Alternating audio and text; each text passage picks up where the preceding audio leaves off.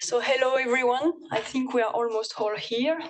So welcome for this second new insight in cardiology between the Liryc Institute and Ceva Santé Animale. So we have some people here from Ceva. We will maybe introduce ourselves very rapidly just for you to know who is here. And I will let you from the Liryc group also present you. So the topic of today is the HCM. It's an interest for Ceva because we have this disease in cats, and it's a difficult disease, as we have Professor Luca Ferrazin online that will explain you why. It's a difficult disease in animals. And so we will be very happy to hear from human side what's how you manage this disease and how the vet are managing the disease as well, and the challenges. So maybe we can start by the round table very rapidly. So Anne-France, maybe first. My name is Anne-France Contentin, and I'm the fundraising manager. Hi everyone, I think it's the first time that we meet, so sorry I wasn't there for the first session.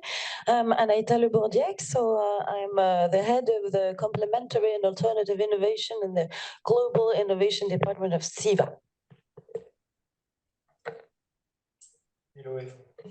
Hello everyone, François Régnier. I am project leader for Ceva. I'm a vet by training, and I have a project on the development for HCM in cats. So interested to be here. Hello everyone, Mathieu Chalopin. I'm not a vet by training. I have a PhD in human physiology and physiopathology, and I'm an innovation scientist at Ceva, and I'm more interested in nephrology, but I have quite a bit of knowledge on cardiology too. Audrey de Flandre, so I'm the head of innovation for companion animals at Ceva, veterinarian as well. Good afternoon, everyone. I'm Emilie Guillou. I'm the Global Technical Manager for the Cardiology, Nephrology, and Hypertension range at Ceva, and I'm a veterinarian by training as well. Hi, everyone. Catherine Garret-Lipard. I'm the Global Marketing Manager for the Cardiology, Nephrology, and Hypertension range at Ceva, and I'm a pharmacist by training. Hello, Patricia Réan. I'm cardiologist in human. I'm specialized in hypertrophic cardiomyopathy since 15 years, and I'm working at the University Hospital of Bordeaux. I'm the head of the reference center in hereditary inherited cardiomyopathy, and I'm doing clinic, echocardiography most of the time. I'm also a specialist in cardiac MRI, and I'm doing genetics to the patient too, a global approach in practice, but particularly clinical approach.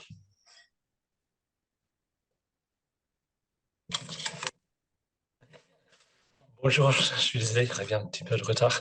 Je suis Richard Walton, directeur scientifique l'IHU Liryc et co-directeur de pôle physiopathologie également.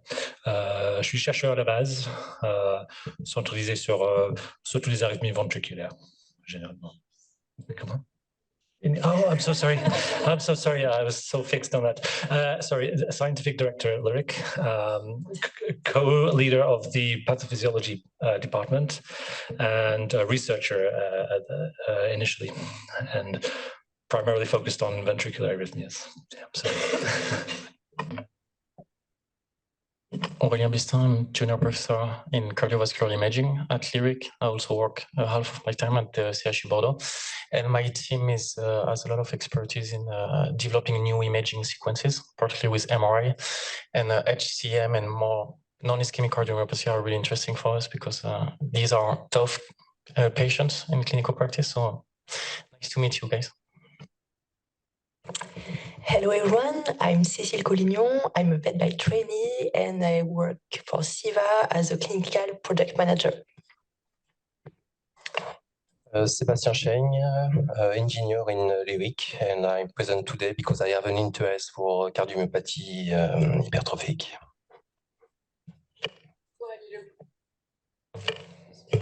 Coralie Leconte, I'm a preclinical manager.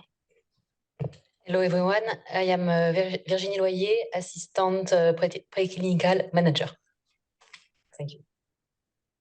And now you can ask our colleagues or partners in online, please. So we don't see you all, so it's difficult to give the priority to one to another one, but... I can start with me. So I'm Melez Ossini. I'm a cardiologist, rhythmologist at the University Hospital of Olevec. And I'm also the deputy director of the Liryc Institute. My main interest, of course, is arrhythmia, atrial arrhythmia, but also a specific expertise on ventricular fibrillation, based on different categories of human ventricular fibrillation. And I apologize not being with you. I'm currently in Montreal doing some patient cases, so quite busy. I hope that I will attend the meeting, the entire meeting. But if I cannot, please excuse me for not being the entire 2 hours. I'll try to do my best.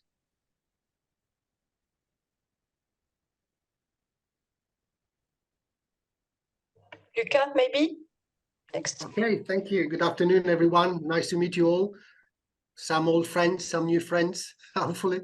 My name is Luca Ferrazin. I'm a veterinary surgeon with I'm a specialist in cardiology, and with a strong interest in feline cardiology. Although I need to anticipate that there is a lot of confusion in the veterinary field about feline cardiomyopathy, and hopefully I can manage to share with you my frustration about cardiomyopathies when it comes to my presentation. But thank you very much for the invitation, and I really look forward to listen to all your inputs. Thank you. Next, I think it's Claudine. Not sure to see what. Yes, good afternoon. Claudine Zemirlen. I'm a vet and I work for the innovation department, and I'm very interested in feline cardiology too. And the last one, Anne-Sylvie, maybe. Good afternoon. Anne-Sylvie Kesteman. I'm in the regulatory affairs team. I'm in charge of the efficacy part of the marketing authorization dossier. And I've got a PhD in pharmacology. There is the last one, but I don't see who it is. So please. No. Naomi. Naomi, yeah. sorry. Naomi Sakam. I'm a vet by training, and I'm in charge of the clinical development pharma department in Liverpool. So thank you, everyone. So I think we can start now. And Professor Dréan, I think it's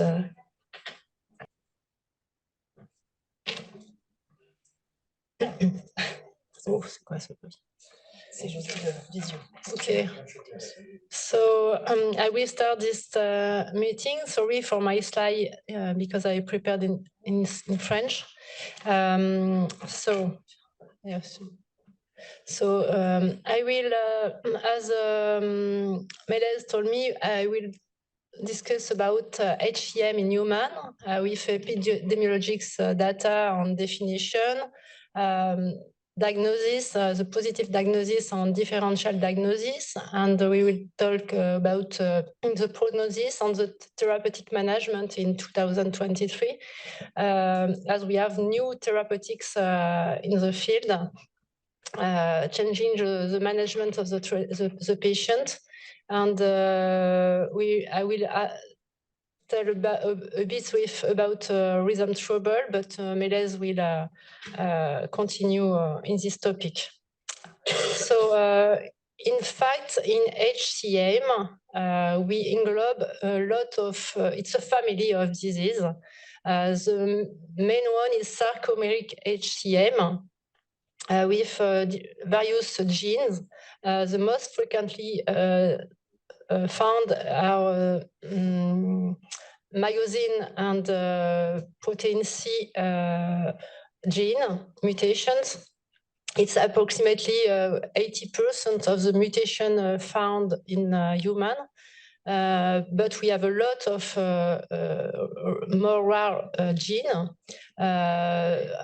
Actually, we found a mutation in only 50% of the patient with HCM, supposed to be sarcomeric. But we have also other cause of possible of HCM.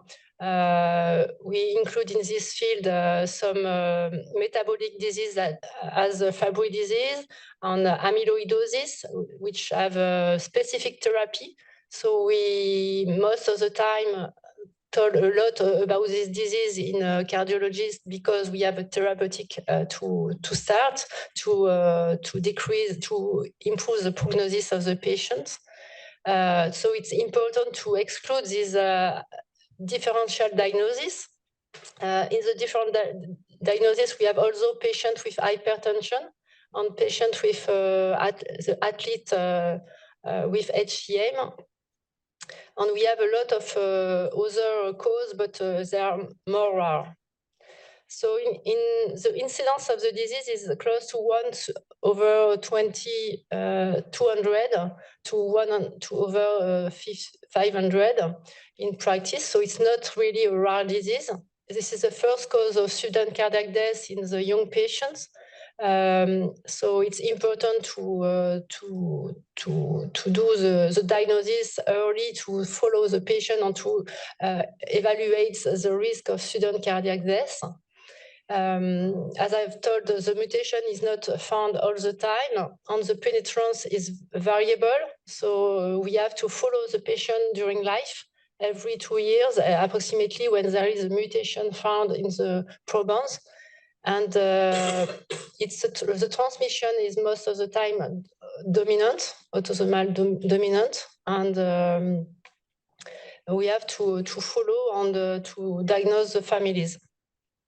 In practice, in human, left ventricular hypertrophy is defined by wall thickness greater than 10 millimeter in women and 11 millimeter in men. But the diagnosis of HCM is based on the cutoff value of 15 millimeters. It's 13 millimeters when there is already a case in the family. And in the case of other disease, we consider that there is early infiltration, particularly in amyloidosis and Fabry disease, with the cutoff of 12 millimeters in men and 11 millimeters in women. So we have this cutoff, and we have sometimes less diagnosis in women because the cutoff is probably more adapted to men. And in most of the studies, we can find that there is 65% of men. As it's autosomal dominant disease, we should have the same proportion. But probably it's a problem of cutoff for the diagnosis and the definition of sarcomeric HCM. So we have also problem to well measure the wall thickness.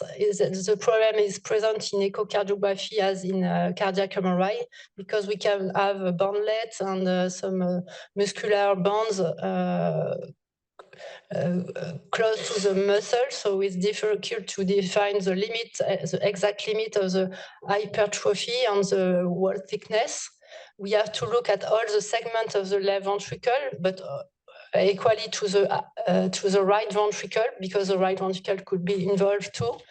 And we consider asymmetry of the hypertrophy because in man, the sarcomeric HCM is generally asymmetrical. We have to consider a difference of the ratio between the maximal wall thickness and the smaller one, greater than 1.3. And when the patient have hypertension, this ratio should be greater than 1.5. So in practice, we have to exclude the bands the septal band on the right ventricular muscle. We have to ask to the patient most information about him, but also about his family, history of HCM, of sudden cardiac death, origin, and we have to look at other extracardiac abnormalities which could lead to a differential diagnosis like fibroid disease or amyloidosis. We ask to the patient what he is doing in terms of activity, physical activity, which can be reduced in certain cases. Competition could be challenging in this patient and contraindicated in certain cases, and in most of the cases. We have to ask the patient when the pathology was discovered and what are the other problems. We ask about the symptoms. It could be the dyspnea during exercise. It could be angina, palpitation, tachycardia, dizziness or syncope. And we are looking also to the ECG because ECG could be normal, but most of the time we can find abnormality with the amplitude of the QRS, which are increased, and we can have repolarization abnormality with negative T wave, as in this ECG. When we have performed ECG, we are all the time doing echocardiography. This is the first examination routinely performed for most of the patients in first line. So it's an important element, because if we are not doing the diagnosis or suspected the diagnosis at this step, we are not doing the rest. So we are doing the positive diagnosis, which is based on asymmetrical hypertrophy, as we told before. We describe the localization of the hypertrophy. Generally, the left ventricular cavity is small, and we have a diameter below 50 millimeter, which is this could be a differential point compared to athlete heart, for example, when we are to try to differentiate them. The morphology could be particularly impressive with this aspect of crescent or banana shape, which is typical and frequently associated with mutations. But it's not this all the time. This is very caricatural. In practice, we can have different presentations with hypertrophy more diffuse, which can suspect amyloidosis, but it could be also large diffuse sarcomeric HCM2. We are not looking only at wall thickness, but also of mitral valve, which could be elongated most of the time. In 60%, in 70% of the patient, we have an elongation of the mitral valve with generally mitral regurgitation associated. We can have displacements of the papillary muscle, which are anteriorly anteposed, and we can have also apical positioning of the papillary muscle. This can lead to and participate to the left ventricular obstruction, which is present in 50% to 70% of the patient with sarcomeric HCM. Most of the time, it's 30%. In 30% of the patient, obstruction is present at rest. But if we perform exercise tests, we can observe that 70% of the patient have developed obstruction. So it's important to look at all those things. We can, with all the disease, all the HCM, we can observe calcification of the posterior annular mitral annular, and we have this obstruction which is provocable. In practice, we are doing looking at the obstruction with the continuous Doppler. aligned on the left ventricular outflow track. And we are looking to the maximal gradient, peak gradient, which should be superior to 30 millimeter at rest. And after that, if there is no gradient at rest, we are looking to provoke this obstruction by a Valsalva maneuver. And by orthostatic position, we are saying to the patient to put on the orthostatic position, and if we already suspect obstruction but it's not present with this maneuver, we are going to exercise echocardiography, and we are doing research. We will research the gradients during and all the exercise and after the exercise. We can observe crypts too. I will pass this. And we are looking to strain, because strain is important to consider that there is no other potential differential diagnosis, particularly amyloidosis or Fabry. In case of sarcomeric HCM, we have generally abnormality of the strain localized in the septal and anterobasal wall, as you can see here. And here it's for apical HCM. Most of the time we are doing cardiac MRI to all these patients. It's not all the time useful to make the diagnosis, which is performed in echocardiography, but sometimes when hypertrophy is very localized, for example, in the posterior wall, anterior wall, it's most difficult and challenging to well measure the wall thickness in echocardiography, and it's better in cardiac MRI. In cardiac MRI, you can look at the apex to research apical aneurysm, and we have the possibility to perform characterization of the muscle, looking at the fibrosis, which is an important thing in the management of the patient, particularly because it's a prognostical information according to the risk of development of heart failure and to the evolution with sudden cardiac death, potentially. So we have to exclude other diagnoses before considering sarcomeric HCM, particularly athlete heart, hypertensive cardiopathy, and other phenocopy of HCM, Fabry, Noonan, Danon, and amyloidosis. In the algorithm for the diagnosis, we are looking at all these things. This is the first step, and when we have performed that, the next step is generally performed in an expert center.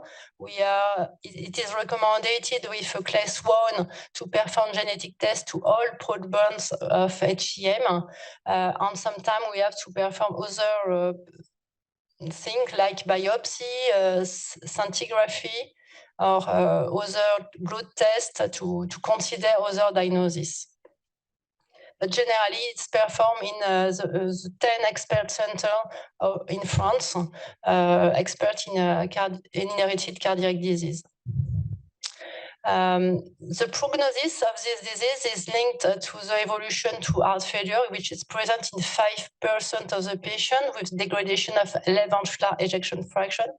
We have symptoms of heart failure like dyspnea in 70% of the patient.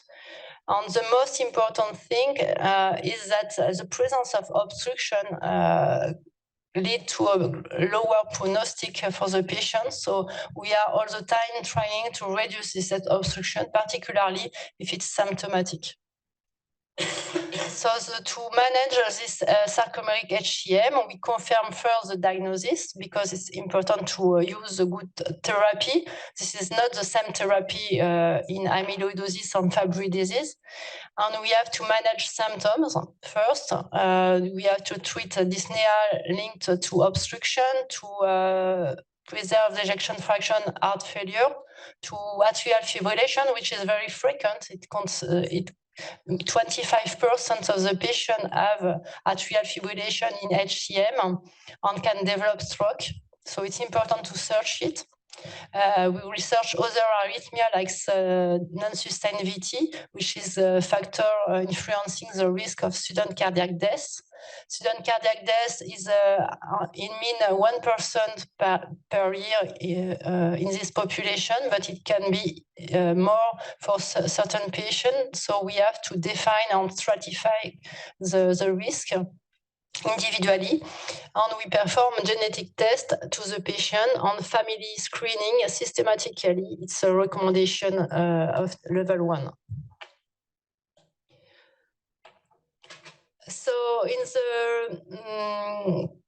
this is the algorithm of the therapeutic of this patient. So in practice, when the patient develop heart failure symptom with NYHA 2 to 4 dyspnea, it's dyspnea during exercise or for small exercise. We have to look at if the patient are doing atrial fibrillation first. If yes, we have to treat and manage this atrial fibrillation. The anticoagulation is systematic in this population. We are not looking at the different score used in cardiology. If atrial fibrillation is not present, we have to look and research provocable left ventricular outflow tract gradient greater than 50 millimeter. To be, it's the hemodynamic value to define the impact of obstruction, and if we have this obstruction, we have to manage it. If it's not the case, we have to look of ejection fraction on the global longitudinal strain and look at the heart failure management. If ejection fraction is below 50%, we consider beta blockers on classical management of heart failure.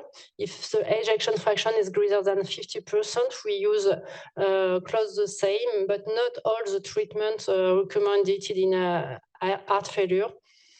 And sometimes, but it's rare, we have to consider cardiac transplantation.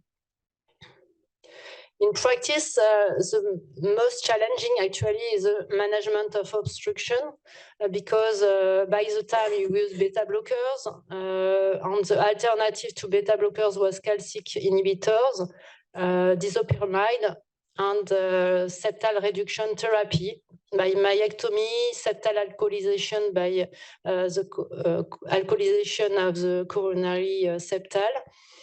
It's not convincing because some patients stay symptomatic in 80% of the patient with beta blockers, with the side effect of this treatment. And it's not satisfactory to treat all the patients by reduction therapy because the disease is still here.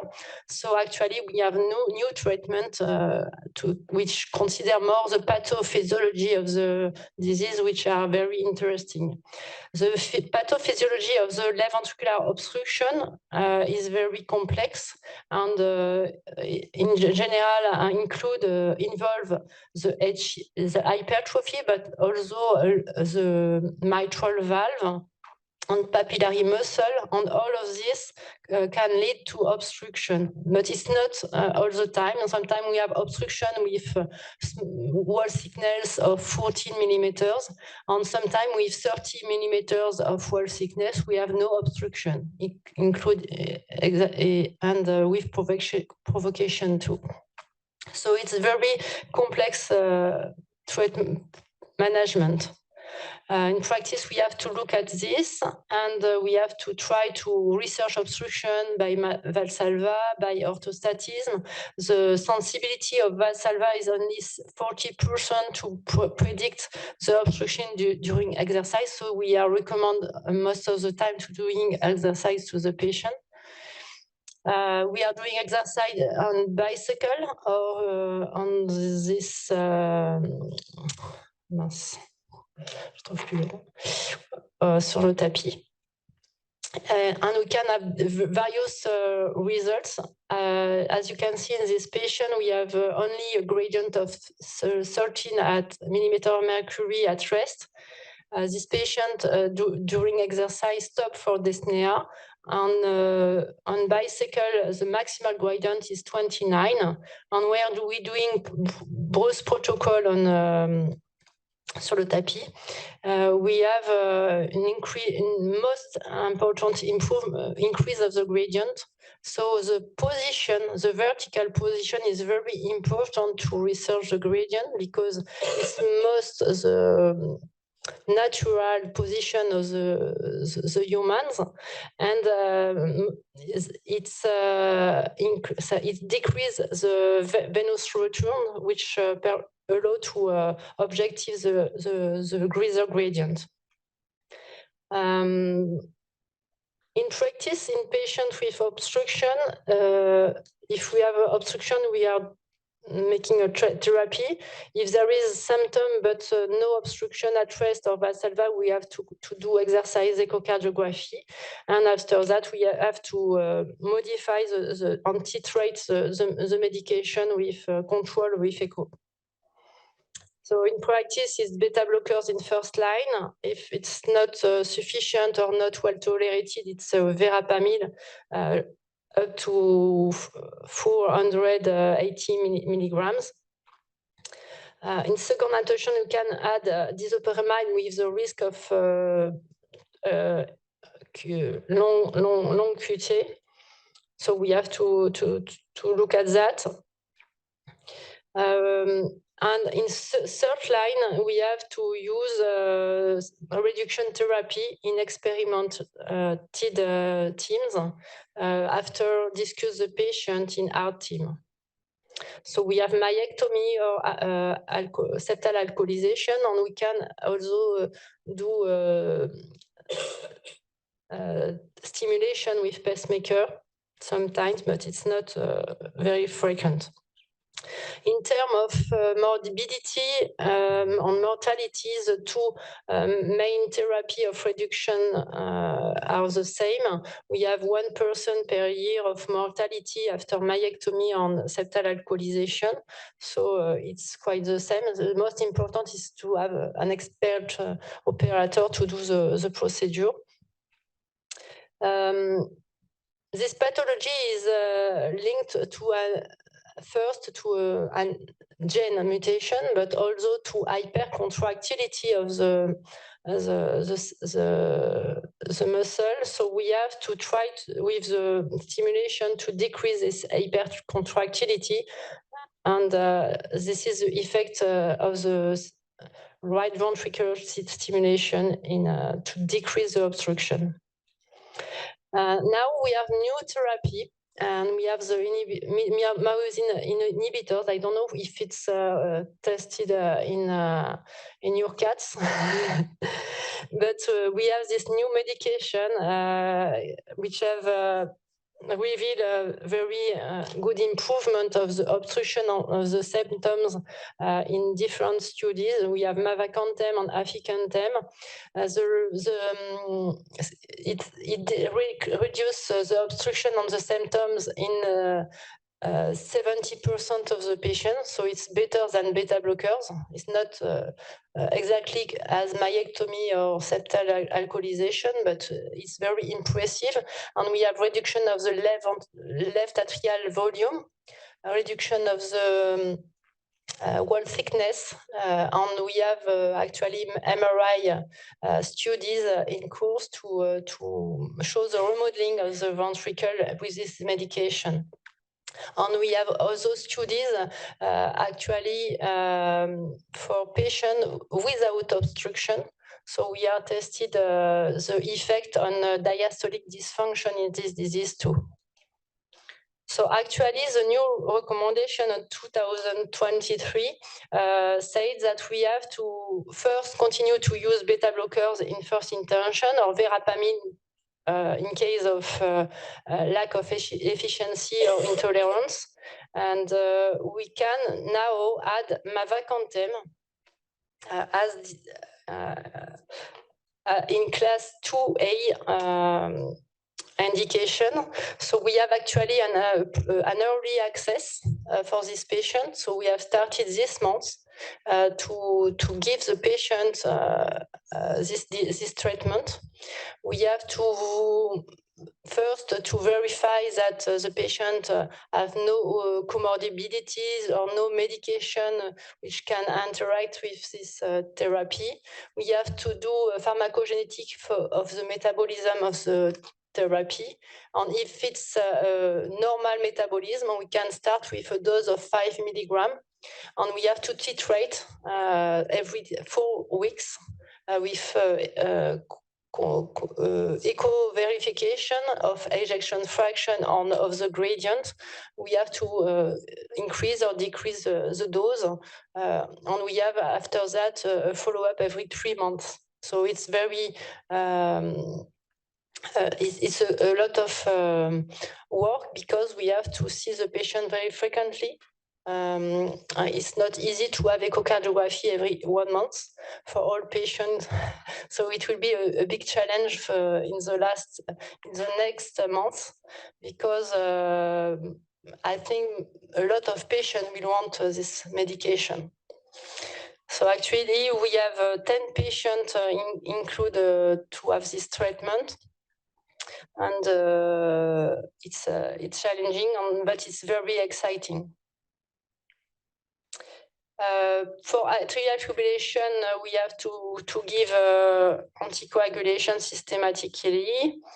It's a class 1 recommendation, independently of the score advanced 2. Considering the sudden cardiac death risk, this is the second step in the management of the patient after obstruction on symptoms. We have to look at the risk of sudden cardiac death. If the patient have already performed ventricular fibrillation, there is no question. We have to put ICD. If there is a risk of elevated risk, we considering the wall thickness greater than 30 millimeter, looking at history of sudden cardiac death in first relative, particularly below 40 years for the European and 50 years for the Americans of recommendation. Syncope, non-explained syncope.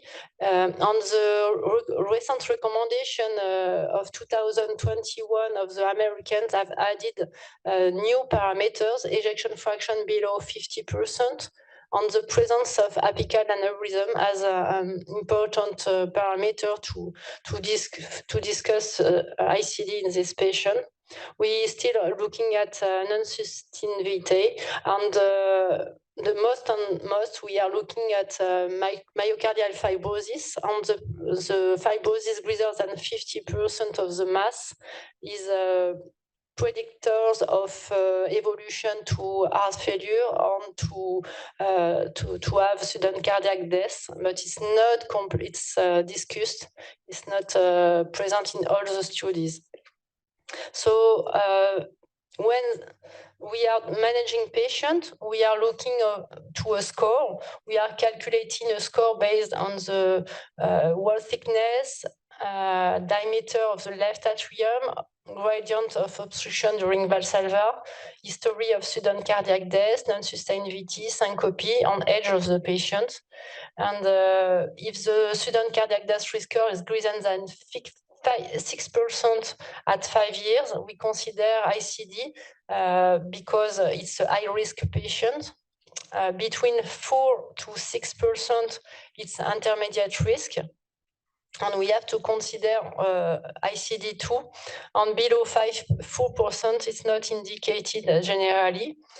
In practice, the recommendation are evolving, and actually we are looking also to apical aneurysm, ejection fraction below 50% on the mass, the percentage of the mass. In practice, the new European recommendation of 2023 said that we have to look first at the score. And if we have an intermediate risk score, we have to look at the other parameter like fibrosis or ejection fraction. And if we have these parameters, we have possibly a class 2A indication to ICD. but it's generally more class 2B, so it's very debatable to do this therapy, and we generally discuss with the patient and with the specialist of the cardiac rhythm. And we are looking also to genetic, but it's not completely sure that genetic mutation have a consequence, but there is some evidence that multiple mutation have a dose effect on increasing the risk of sudden cardiac death. So patients with 2 mutations have a higher risk of sudden cardiac death. And some mutation, like troponin mutation, are more described to associated with sudden cardiac death. So in practice, it's recommended for many reasons to do genetic tests to the proband, and in fact, it's not only for the family, it's also for the patient himself, because probably in the future we have a therapy based on the fact of we have or not mutation. So it's important also for the patient. But in practice, generally, it's most for the family, because if we objective the mutation, we can research it to the family, and if they have not the mutation, it's finished for the follow-up for them. But if they have a mutation, probably pathogenic or pathogenic mutation, class 3, 4, or 5 of the recommendation, we have to consider the screening. If they have not the if they have the mutation, we have to follow them every 2 years, and because the disease can appear later. So in conclusion, it's important to do the good diagnosis at the base, and after that to manage the patient with adapted therapy. And we have new therapy, very exciting for the management of the patient. We don't know what will be the impact on the rhythm risk of this patient with this new therapy. It's an interrogation. But we are acting to have a global approach for this patient. We are doing educational of the patient. We are doing genetics. We are doing evaluation with geneticists, with psychologists, with nurse. We have a big team to manage this patient in expert center, and there is 6 reference center in France, and close to 15 competence centers to manage the patient in the different university hospital in France. Thank you for your attention. Thank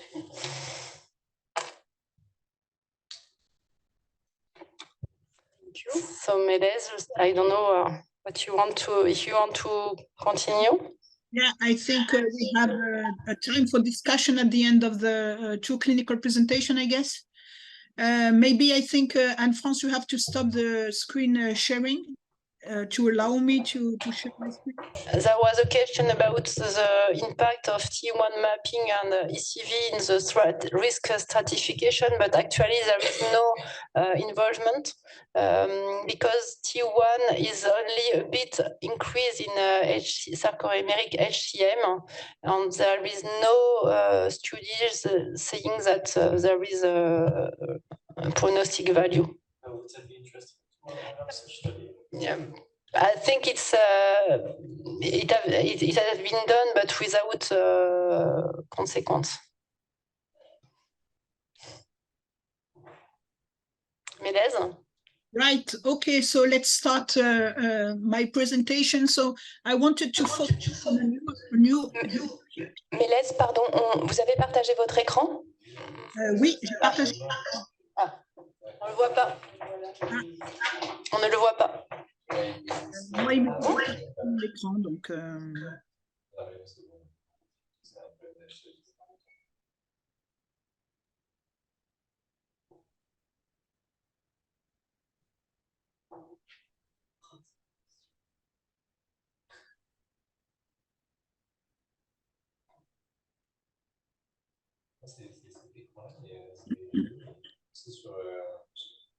Pardon, excusez-moi Mélèze, je vais chercher Romane si vous voulez commencer pour faire partager votre présentation. Mais vous la voyez? On la voit pas. On la voit pas on la voit que en connexion, on la voit pas dans la salle du conseil. Ah, appelez vite Romane, quoi. Oui. Voulez-vous me présenter? During the meantime, I think if you have other question to Patricia, maybe it's also a good sign. Question regarding Mava content, is it already authorized or is still in? Yes, it's authorized by FDA and by French authorities. So actually we have an early access, so we have to validate queries to a platform, and after that we can start the therapy to the patients. So we have 10 patients actually just started, and in 1 year probably we have a normal access, more generalized. Actually, it's the pharmacologic deliverance is by hospital pharmacy. What are the main adverse events, adverse effects with this kind of drugs? The most described is 5% of decrease of ejection fraction. Probably in this disease, the pharmacogenetic test was not performed, but probably it was for the patient with decreased metabolism of the disease. And this patient, there is an accumulation of the therapy, so it decreases the hypercontractility too much and decrease ejection fraction. So we have to, in fact, to look at ejection fraction and to obstruction during the follow-up mainly. But no side effect other. But all the side effects are possible all the time, but it's mostly ejection fraction we are looking for.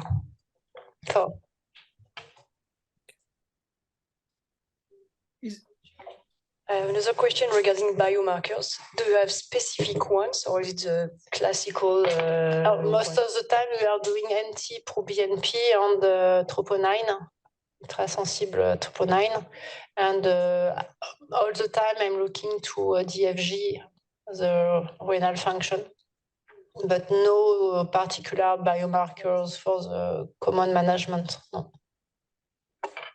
I have a question regarding, at some point in the presentation, you said that the position of the patient was very important. So basically for human, that's understandable that they need to stand. I know that there is some other model of animals at the Liryc. Does it has been transposed in animals like in sheep? Basically, the health position won't be the same. So does this importance of position is also true for other species? And that's an important point, obviously for Ceva, as we are mainly treating quadrupeds. So basically, probably we have to evaluate the patients in the normal position, natural position, because when he is doing exercise, he is doing this position. So most of the people are not doing a bicycle in this position, not adapted. Yeah, I have a question regarding chronobiology. We know that the heart rhythm and the heart function is influenced a lot by circadian rhythms. So can you tell us if you know about a way it could be integrated in the way either we evaluate cardiac function or maybe even administer medications? Not well understand why. What is the question really? It's about circadian rhythm. The impact of circadian rhythm. Yes, you know that, for instance, a medication doesn't have the same effect depending on the time of day. Okay. Yeah, so in correlation with your biological rhythm and your melatonin rhythm. So, for instance, if you look in proteomics or metabolomics, there are drastic changes in the function of our organs, and it particularly includes the heart. We know that there is a strong circadian impact on heart rate variability, for instance. What I can say is that generally the medication has an effect during two days.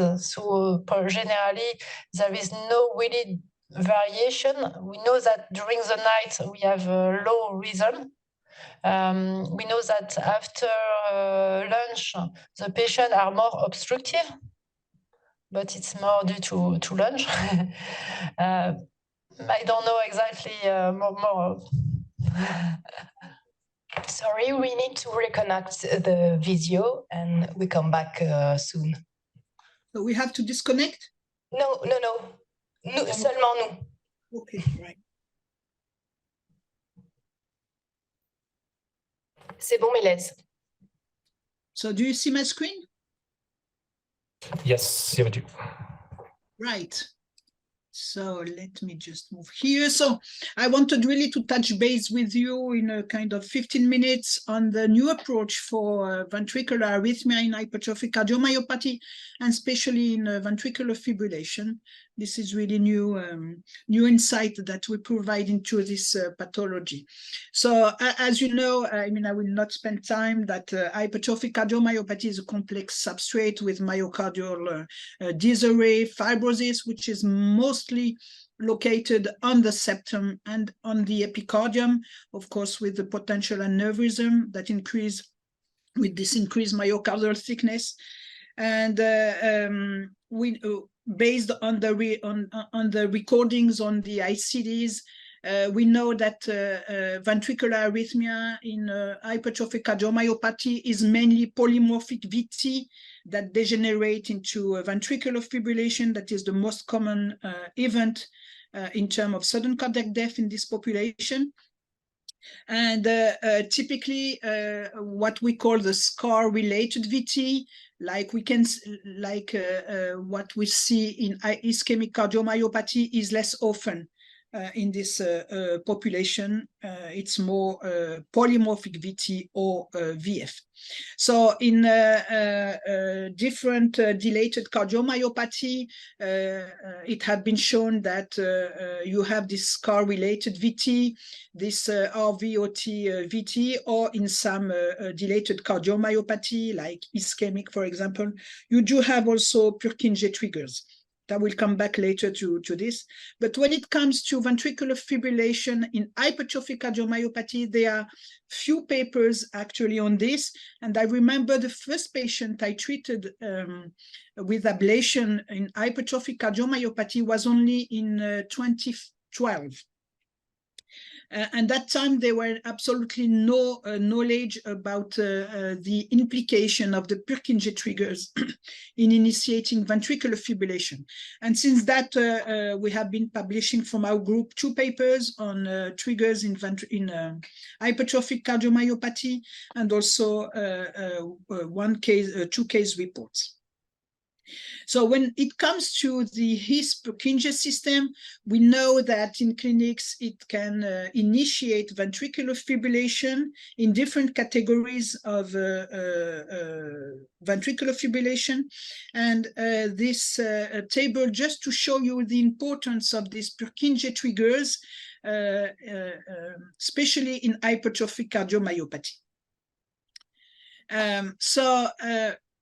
There are a lot of experimental studies that have shown actually that Purkinje system is very important in initiating ventricular fibrillation and also in perpetuating ventricular fibrillation. Here, a nice paper from the group of Ideker in Alabama. They have shown that in Canaan heart, actually, when they were inducing ventricular fibrillation, usually following occlusion of the LAD, they were able to demonstrate that actually the Purkinje system, as it is displayed here, this is a very sharp potential that precedes local ventricular electrograms, and they have shown that this Purkinje system is actually very active in the first stage of ventricular fibrillation. They also continue their work a year later, and to demonstrate actually that this Purkinje was also involved in the maintenance of this arrhythmia. They induce ventricular fibrillation, and they separate two groups of canine heart. And in one group, they actually apply Lugol solution that destroy actually the Purkinje system that is located subendocardially.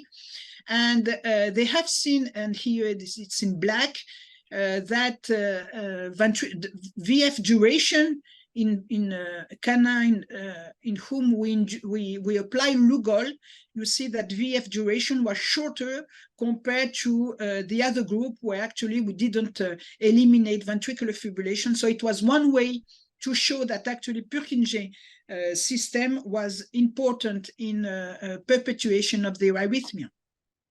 So when it comes to the his Purkinje system, we know that it represents only a tiny portion of the ventricular volume. It's between 1 to 2%. This is a structure that is located subendocardially, so easy to block mechanically. I mean, if you go in the left ventricle and you apply a lot of force on this system, you can have a mechanical block, very local block. And we know that this structure mainly are isolated from the myocardium, and they are free-running fibers, and they connect to the ventricle at very specific region called Purkinje muscle junction. So we know that my video it does not work, sorry. So we know that this is Purkinje actually activates the ventricle from base to apex, and at different layers also from the subendocardium to epicardium. And we know that this Purkinje network has a very rich distribution, and there are specific structures that actually harbor Purkinje fibers, like you can see here in these slides, like false tendons, moderated bands in the right ventricle, some papillary muscle, and all these structures are very rich in Purkinje fibers. We know also that this Purkinje fibers and the network has a very complex architecture. Here is some drawing of the Purkinje in human cadavers, and you see that it has a trifascicular pattern, or even more complex one. It has unique calcium properties, and also, as I told you, at the very distal part of this system where it connects with the myocardial, actually, you have this Purkinje muscle junction that are also a very good medium that favor re-entry. So when it comes to hypertrophic cardiomyopathy, we were studying a bunch of patients, I would say 16 patients, half suffering from hypertrophic cardiomyopathy and half of them suffering from dilated cardiomyopathy, non-ischemic cardiomyopathy and dilated cardiomyopathy. And we were studying those patients and basically looking at the triggers that initiate ventricular fibrillation, as well as areas in the ventricle that might sustain ventricular fibrillation. So we discover two kinds of patterns. The trigger one, and here an example, it's not in hypertrophic cardiomyopathy, but it just to illustrate my my talk.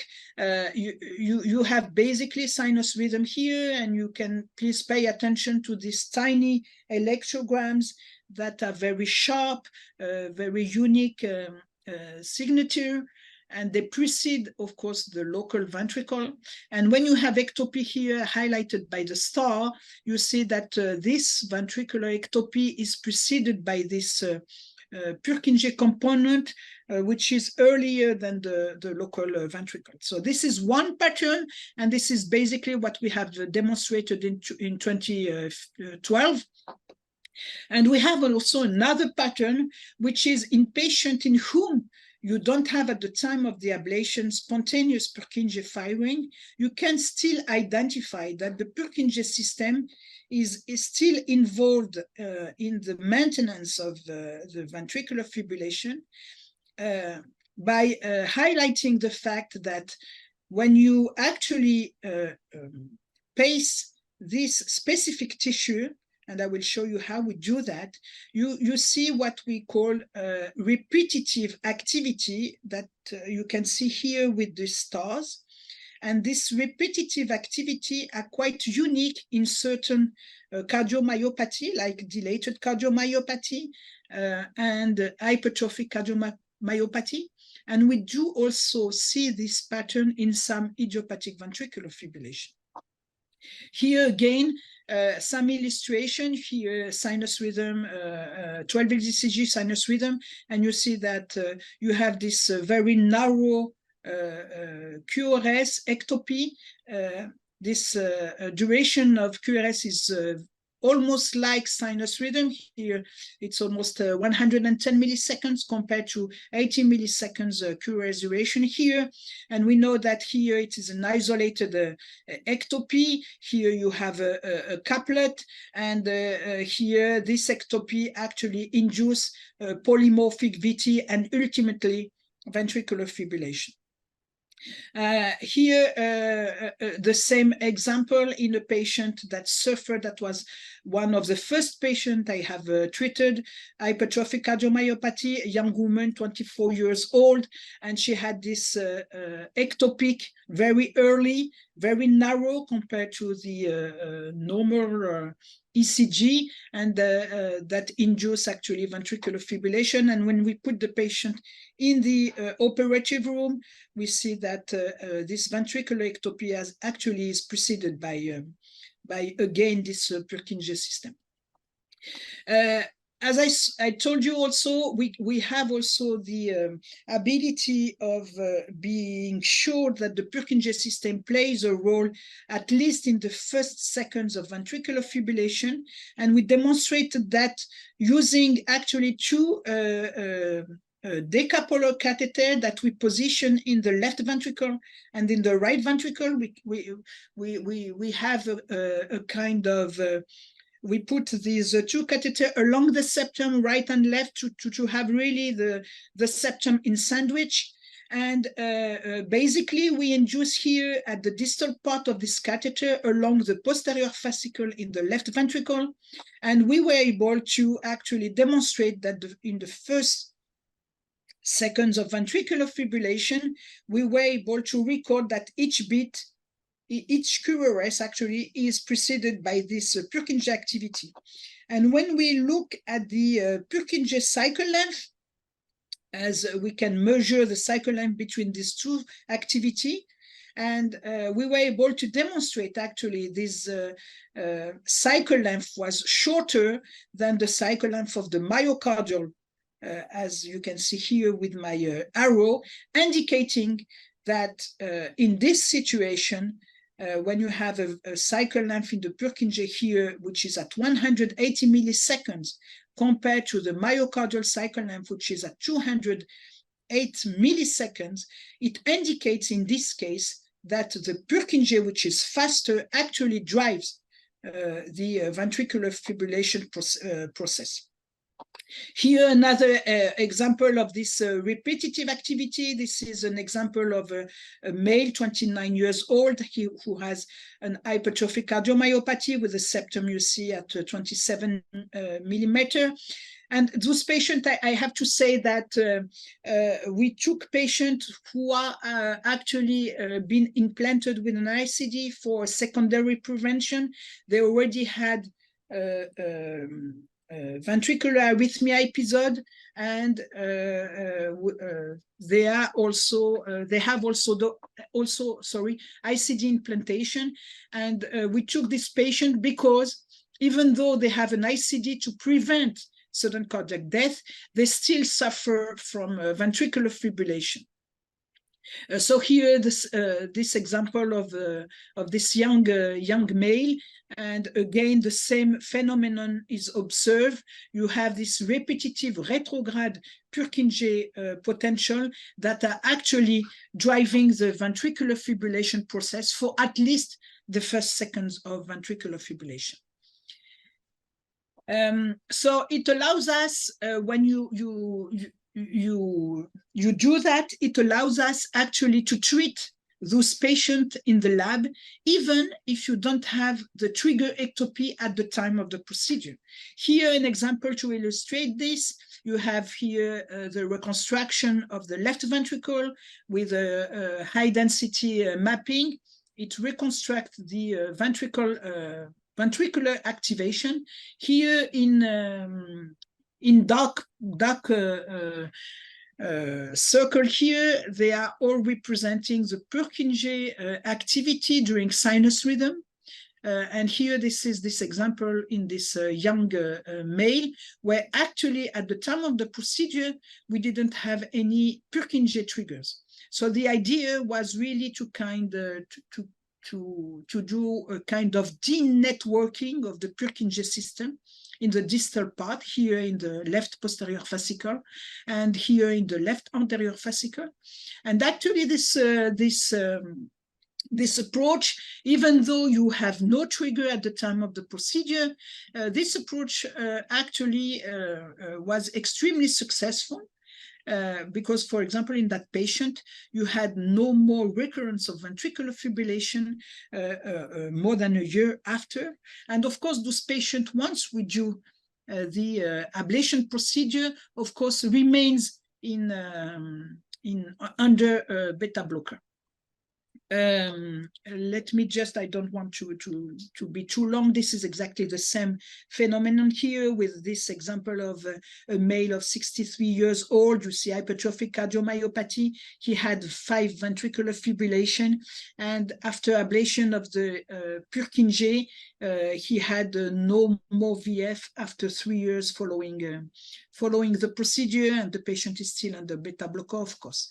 And when we look at the follow-up of these 8 patients, you see that it's not 100%. Of course, some of them still have recurrence of ventricular fibrillation, but overall, the burden of ventricular fibrillation is excellent. And at a follow-up of 5 years, you see that 7 patients out of 8 had 0 or 1 VF recurrence, which is in this category of patient, this is really a kind of life-saving procedure, because once they have the ICD, the only way of getting rid of recurrence of ventricular fibrillation after beta blocker medication is ablation. So I just wanted to conclude here that these Purkinje triggers are often seen in VF initiation and VF perpetuation in hypertrophic cardiomyopathy, and this is one target for VF ablation. We compare also this Purkinje behavior in other subject, like control subject or Brugada patient or idiopathic ventricular fibrillation, and this behavior in idiopathic ventricular fibrillation is extremely rare. In Brugada patient, we haven't seen any of this pattern. So obviously, we need more patients to confirm that. But again, in those patients, it's really when they are suffering from repeat VF episode, this is the only way to treat this patient. So I will stop there and want to thank you for your attention. Thank you very much, Professor Rossini. Do you have any questions? Yes. Would you be able to detect, to identify such activity of the Purkinje in animals that are more much smaller than humans. Yeah, is it possible in mice, for example, or in dogs? In mice, I have no experience on that, but there are studies that have shown, of course, the arborization of the Purkinje system. But what I'm presenting to you is quite new. This Purkinje activity and involved in the maintenance of the first seconds of ventricular fibrillation. And to my knowledge, it has not been tested in animals, this repetitive activity. We are having an ongoing work actually in this Purkinje system in sheep model. And we can actually measure and record this Purkinje activity, of course, in pigs. But again, as you know, the Purkinje system in these animals is not the same as in humans. In humans, this system is really located subendocardially, and it does not go deep into the myocardium, while in pigs, sheep, you know that the myocardium is going until the epicardium. So it's a bit different. Yeah, but perhaps just to also clarify for the small animals. So as Melez says, we can see the structure of the Purkinje through genetic models, which can target specifically Purkinje cells. So this is something that is, these are models, mouse models that are already existing. But identifying or mapping the function of Purkinje, especially in small scale rodent hearts, is very, very challenging. And so far, we can only see what the myocardial response to Purkinje firing is. So what we map generally is in most fundamental research approaches is the myocardial response to the Purkinje activity. So we're inferring what the functional organization is within the Purkinje network in these cases. And just to, I don't think, as far as I know, as yet, genetic models for Purkinje targeting mouse models have not been crossed with any hypertrophic cardiomyopathy models yet, as far as I'm aware. Yeah, we would love it to look at your cats who suffer from hypertrophic cardiomyopathy. But unfortunately, yeah, we don't have this model at Liryc.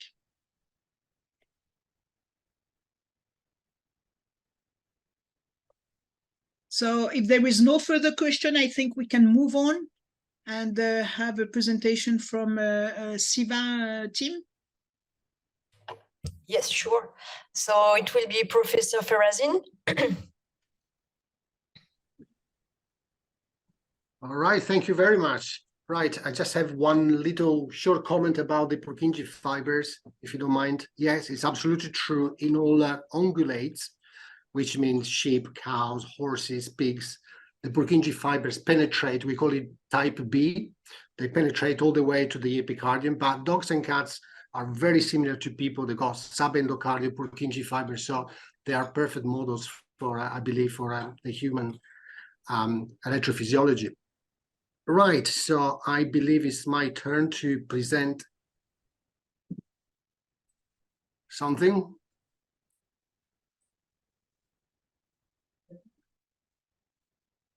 Okay, right, excellent. Right, okay, so this is my presentation, my sort of gallery on feline cardiomyopathy. I haven't focused primarily on hypertrophic cardiomyopathy, but there is a reason for that, which is probably my major frustration is how we can correctly classify hypertrophic cardiomyopathy in cats. So I try to make a little bit more a general approach. And sorry.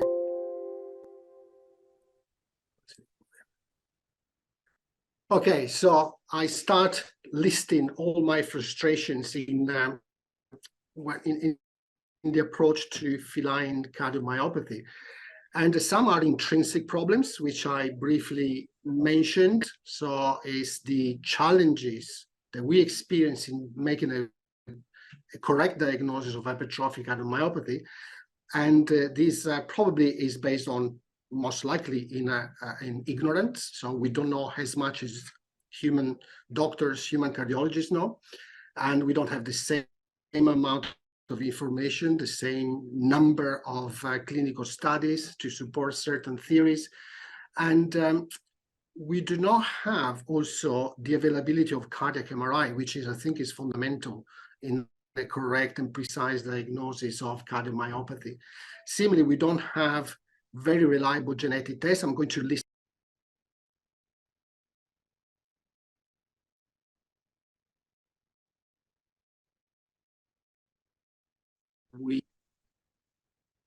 Right, because we don't have. We lost you for a minute. Sorry, I think we have a technical issue. You'll have to reshare your slides, I think.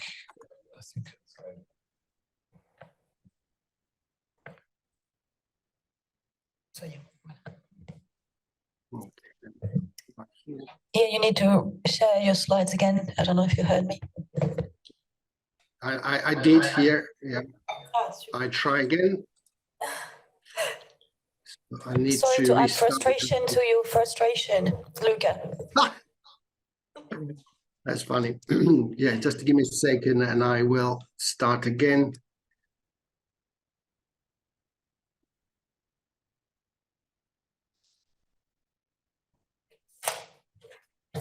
So I start again.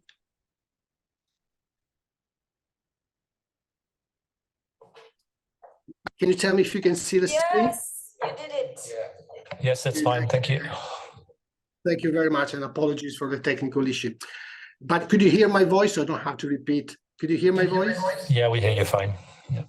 Okay, so I'm not going to repeat the same comments. So basically, what we experience is these problems in the diagnosis of HCM. So this was a cartoon. It's not working now on my screen, but basically the other. I was talking about pathology, so we can't safely take a myocardial biopsy in a cat using endomyocardial biotomes because the risk of perforating the right ventricle is too high.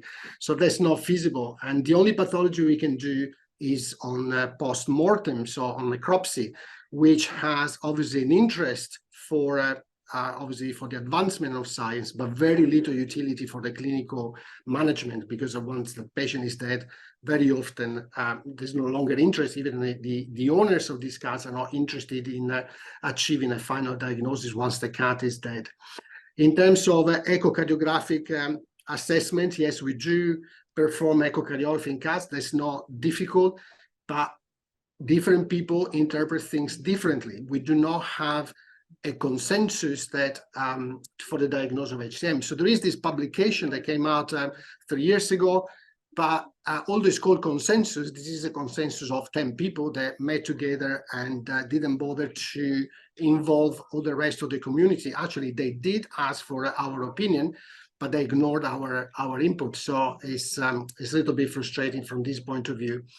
And in this cartoon, there was a sort of a fight between academia and private practice. We do have this issue, which is also equally important, that we do not collaborate enough.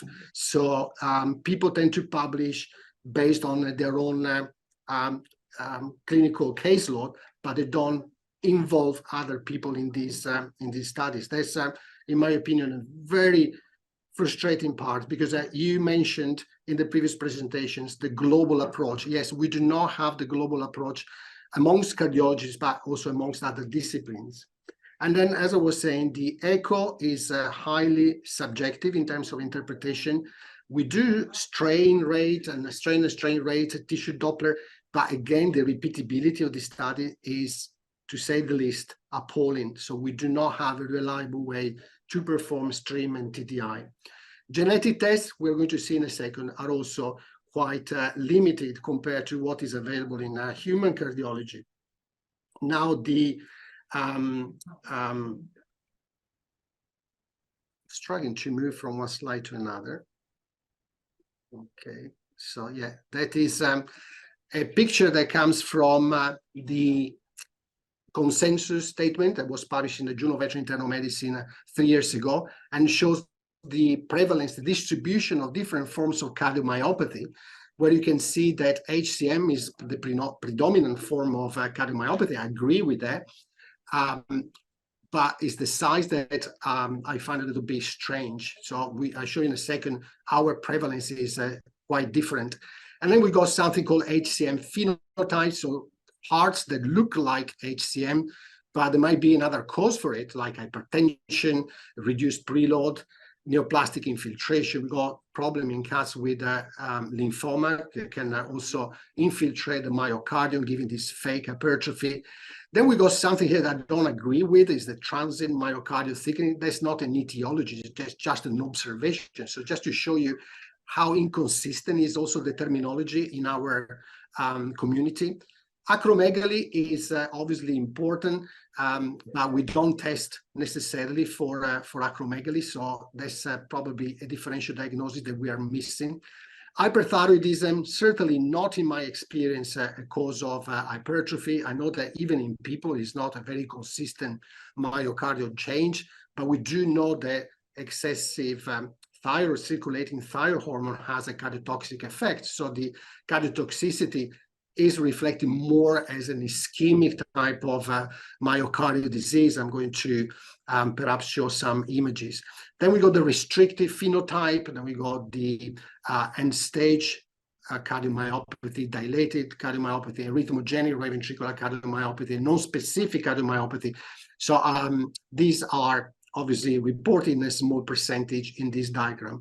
Now, when I was preparing this presentation in the last couple of days, I reported here our case log just in 2023. So from January to November, you see that we do not have the same distribution. Yes, we got 30% of what we call HCM phenotype, but then we got a big chunk of restricted cardiomyopathy or phenotype cardiomyopathy, left ventricular hypertrophy caused by other reasons, like, for example, hypertension or systemic hypertension or aortic stenosis that can give equally same form of concentric hypertrophy. But then you can see a group of cases of myocarditis, of end-stage myocardial disease, or equivocal, where we are not 100% sure whether it is a primary myocardial disease or perhaps a valvular disease with myocardial changes. So you can see here how difficult the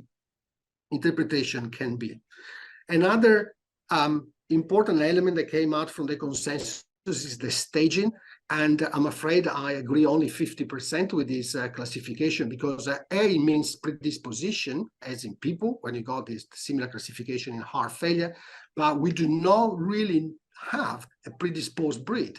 And I'm going to explain why, despite the misconception, in my opinion, that two breeds in particular, Maine Coon and Ragdolls, are predisposed to cardiomyopathy. That's not my experience. I'm going to show you some data. And then we got the B1, which is the presence of hypertrophy, for example, talking about HCM, without left atrial enlargement. Now, we do see cases with the left ventricular hypertrophy that never progress into a disease. When I say disease, means like presence of clinical signs. That for us means dyspnea, as you quite nicely reported in people. But if I see a normal left atrium, I'm very cautious to call it hypertrophic cardiomyopathy. I call it left ventricular hypertrophy until I see an evolution of the disease, because that could be just, in my opinion, a variation on the theme. So a slightly thicker myocardium can be just a normal anatomy.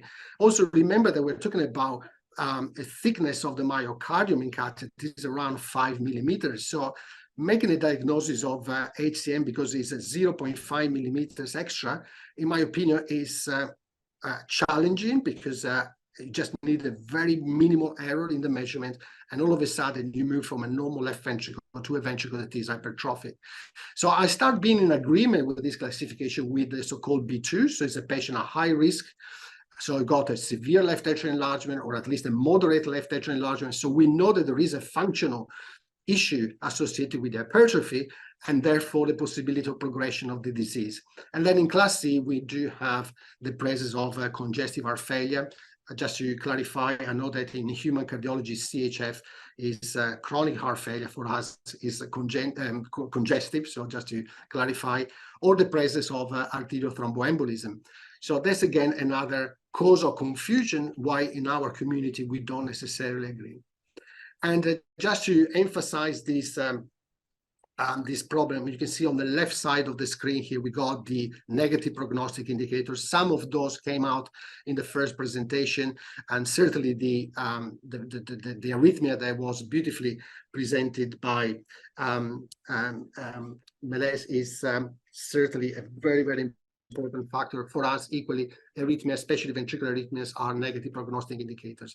But if we look at the diagram on the right, that's the only long well, actually it's a retrospective study, but at least it's the most comprehensive retrospective study that shows why that cats, the red line, cats that are in congestive heart failure have a median survival time of 194 days, while cats that present with hypertrophy, they call it HCM here, but let's say hypertrophy without congestive heart failure, have a median survival time of 3,617 days, which means the normal, like if we add the age at diagnosis and the prognostic associated to it, we got a normal life for a cat. So I'm not sure whether these are actually cats with the disease. These are maybe cats that got hypertrophy, but not necessarily hypertrophic cardiomyopathy.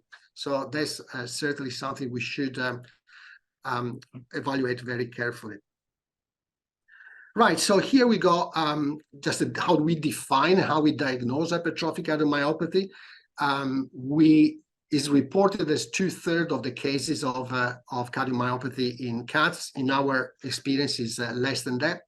But I would like to see at least a left atrial dilation to be sure that is there is a functional issues too. And aneurysmal thinning of the left ventricle we see very often. Focal myocardial infarction is something that we suspect we can't really confirm without MRI. And sometimes we got also involvement of the right ventricle. Whether this is more common with acromegaly that I would expect to give a more globalized hypertrophy is something we simply don't know. And that's how we see these hearts on post-mortem. We got this severe hypertrophy of the left ventricle.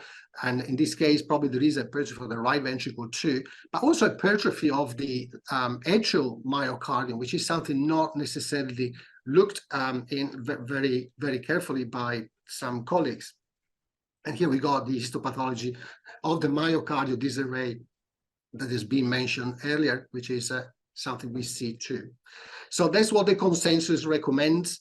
A normal wall thickness less than 5 is considered normal. More than 6 millimeters is considered abnormal. Between 5 and 6 considered equivocal. And I'm happy with that, but we need to remember that there are important limitations with the measurements, especially young, inexperienced, not necessarily young, but inexperienced echocardiographers may measure differently from more experienced cardiology. So that's certainly something to consider. And then we do have also the availability of allometric measurements. So if we know the weight of the cat, perhaps we can get a little bit more precise normal range for the size of the myocardium. Okay, sorry. Right, so that was supposed to move. There we go. Right, so I believe that you would agree that this looks like even without measurement, looks like an hypertrophic heart. And that's what I would happily diagnose as a left ventricular hypertrophy, most likely HCM, since we got also big left atrium. A long elongated anterior mitral valve leaflets, again, another similarity with people. We got also the presence of systolic anterior motion of the mitral valve, so a dynamic obstruction that is present in approximately 50% of cats with HCM. But we can also see systolic anterior motion in cats without hypertrophy. So obviously the pathophysiology can be, as it was nicely acknowledged earlier, it can be multifactorial, so not necessarily just hypertrophy. But as I said before, we got a long list of other causes of myocardial hypertrophy. We don't necessarily investigate, we certainly look for aortic stenosis. We certainly measure blood pressure in all our cats and the presence of dynamic obstruction, which might potentially cause left ventricular pressure overload and secondary hypertrophy. So it could be a cause of hypertrophy itself. But we don't measure the IGF, for example, to diagnose hypersomatotropism or acromegaly in all cats. It's an expensive test, and not all clients are happy to pay for it. And the diagnosis of lymphoma, again, could be quite challenging without a myocardial biopsy. But we do see myocarditis, and myocarditis can cause hypertrophy or pseudo-hypertrophy, whatever you want to call it. It's not a real hypertrophy, but certainly the myocardium looks thickened. And then we got some minor problems here that I'm not going to list because they're really, really minimal causes. But just to give you an idea about the myocarditis, this is a young cat that presented with for us, it's a very high troponin value with sort of structural changes compatible with HCM. The cat presenting congestive heart failure was treated accordingly, symptomatically for congestive heart failure, and improved dramatically, went on, came back approximately 2 months later with a completely normalized ventricle and completely normalized troponin. So although our diagnosis of myocarditis is not necessarily based on biopsy, and I know it's the same in people, not all diagnoses are made on biopsy, I explained earlier why this is not feasible. So our diagnosis is based on absence of a previous history of cardiac disease, sudden onset of changes, and high troponin level. And the case I just showed you was actually caused by COVID. We were the first group to report this myocarditis in dogs and cats, and that was in collaboration with a fantastic group of French virologists from the University of Montpellier. So we collaborated with them, and we came out with these 2 papers. Looking about the genetic tests we got available, well, we got a mutation, which is for the cardiomyosin binding protein C, similar to what is also reported in people, in Maine Coon and in ragdolls. And because the mutation has been identified in 2 breeds, we now have this wrong assumption that these 2 breeds are predisposed. I'm going to show you what the prevalence is in our population. This is just because the test was done in these 2 breeds. It doesn't mean that the mutation is not present in other breeds. So we got a big limitation. So basically, the studies are done when there is money. These are very expensive breeds, and so there is always the willingness to support the clinical studies. But I'm afraid we see the majority of HCM cases in cats that are non-pedigree cats. So these 2 mutations are slightly different. So they're slightly different regions in the same gene. So for example, in the Maine Coon, there is a glycine that is substituted by cysteine. In the ragdoll is actually the arginine and tryptophan. But at the end, the mutation is very similar. In British Shorthair, there is a suspicion of a genetic predisposition, although it's never been confirmed. Then this is an interesting study done by a German group where they selected 83 Maine Coon cats of a certain age. The average age was approximately 5 years. And they tested these cats for the A31P mutation, so the myosin binding protein C. They found that only 22 were positive. And of these 22 positive cats, only 17% had echocardiographic evidence of left ventricular hypertrophy.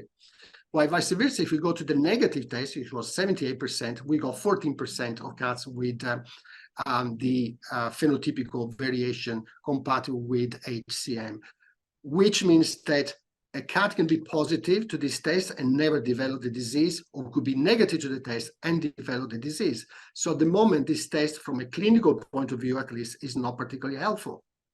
And the study, if I can go back, if you allow me to go back 1 slide, the study here was done in a colony of HCM, of Maine Coon cats that have familial HCM. So these are cats that inevitably will develop HCM. So it may not be the representation of cats in the general population. So there's another short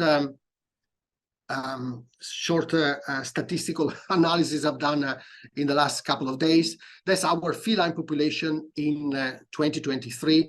Of all cats with HCM, only 5.8 were Maine Coons and 4.4% were Ragdols, meaning that the remaining 90% of cats were mostly non-pedigree cats.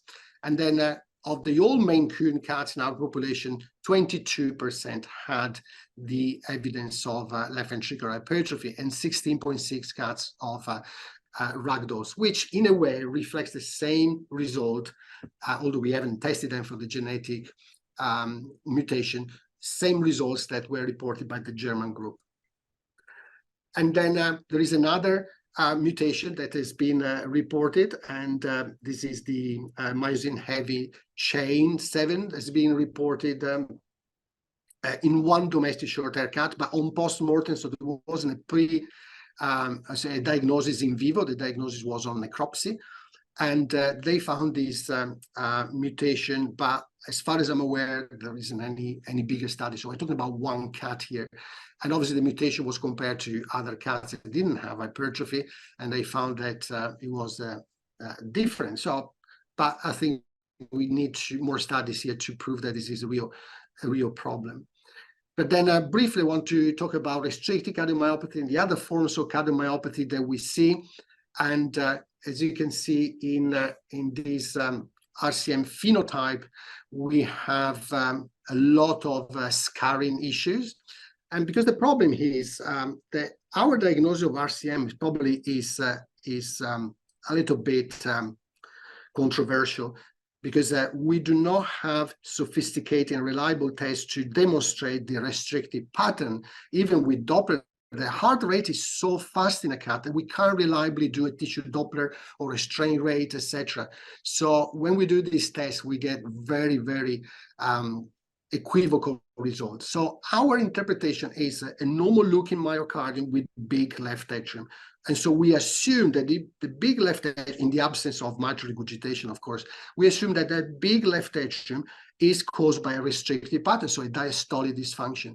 But when we do post-mortem in these cats, and we do a trichromic stain, like in this case, we can see that the amount of fibrous tissue is literally scary here. And so that explains the diastolic dysfunction. It's not just this synechia here that is obviously like a ring impeding the ventricle to relax. We also have intramural fibrosis. And I believe that this could be the consequence of a significant myocardial ischemia. And obviously, that is probably where we should look at. And echocardiographically, that's how they look like. So normal looking left ventricle, but with atria that are certainly enlarged. And in the endomyocardial form, we also have these endocardial lesions. They are probably fibrous bridges that create this connection between contiguous part of the myocardium here, between the apex and the septum, here between two contiguous parts of the septum. And these certainly contribute to the diastolic dysfunction because it's sort of scaffolding that impedes the ventricle to relax properly.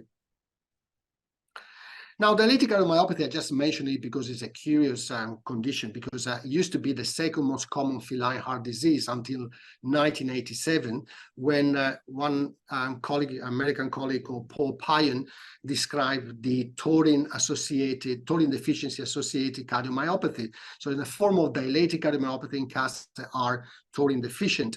Taurine is an essential amino acid in cats, and therefore if they don't get it in their diet, because perhaps they're fed with vegetarian diets or diets that are poor in taurine, then can develop this myocardial dysfunction. But then after this, and then supplementation of taurine can reverse the cardiomyopathy. But the thing is that food manufacturers, once this paper was published, they increased the amount of taurine by 10 times, and therefore taurine deficiency and dilated cardiomyopathy associated to it have disappeared. So we don't really see this anymore. But that's how it looks like, very dilated chambers.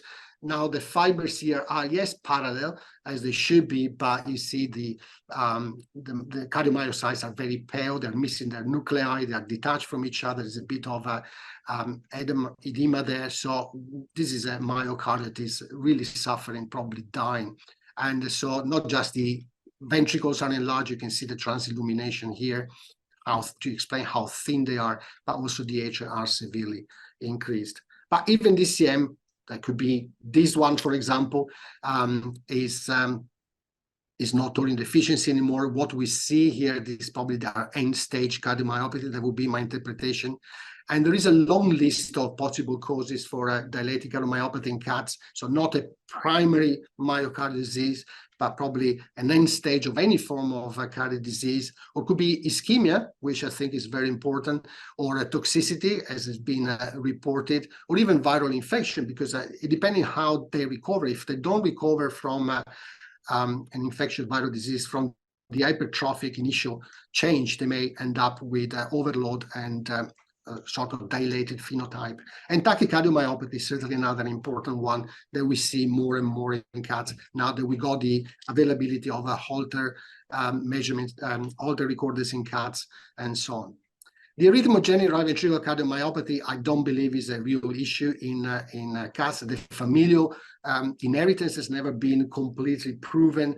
And to be honest, we do have a big issue is the differential diagnosis with mitral tricuspid regurgitation. So unless I see a post-mortem in these cases, I really struggle to say whether it is a tricuspid disease or a real right ventricular problem.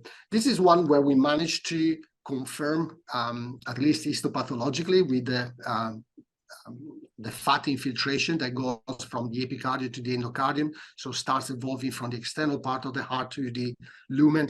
And you can see here the disproportion, which is pretty obvious between the right ventricle and the left ventricle. But as I said, we do not make this diagnosis, at least in our group, unless we got confirmation on pathology. And cat owners, unfortunately, these days are very, very reluctant to allow a post-mortem in their cats once they've died. But that's what we saw earlier, so that fat infiltration is appeared like this with extremely dilated right side of the heart, and also the paradoxical septal motion here. These are all images that are more than 20 years old. So fortunately, the quality of our images have improved, but I haven't seen a confirmed case of ARVC since. And then the consensus talk about these non-specific cardiomyopathies, and we don't know how to classify. We call it non-specific or unclassified. In my opinion, there is usually these are just end-stage form of cardiac disease, like in this case here. So we do not use this terminology in our group. We just prefer to call it end-stage cardiac disease. I don't know whether you ever see these dramatic changes in people, but we know that when we see a heart vibrating rather than contracting, we know that is a countdown to the final stage. And then another problem is the segmental hypertrophy. So we do try to do this eyeballing, try to identify different regions in the myocardium, in long axis and in short axis. We have a good look at the papillary muscle. And then if we suspect hypertrophy, we go and measure these segments. But there is also another problem that has been reported, which is this actually is probably better to go and see this disposition of the false tendons first to explain how the segmental hypertrophy what the segmental hypertrophy can be caused by. And if you see here, actually there's a still frame, it's probably better. You can see this very prominent false tendon that is pulling this part of the dorsal part of the distal part of the septum, causing this segmental hypertrophy here.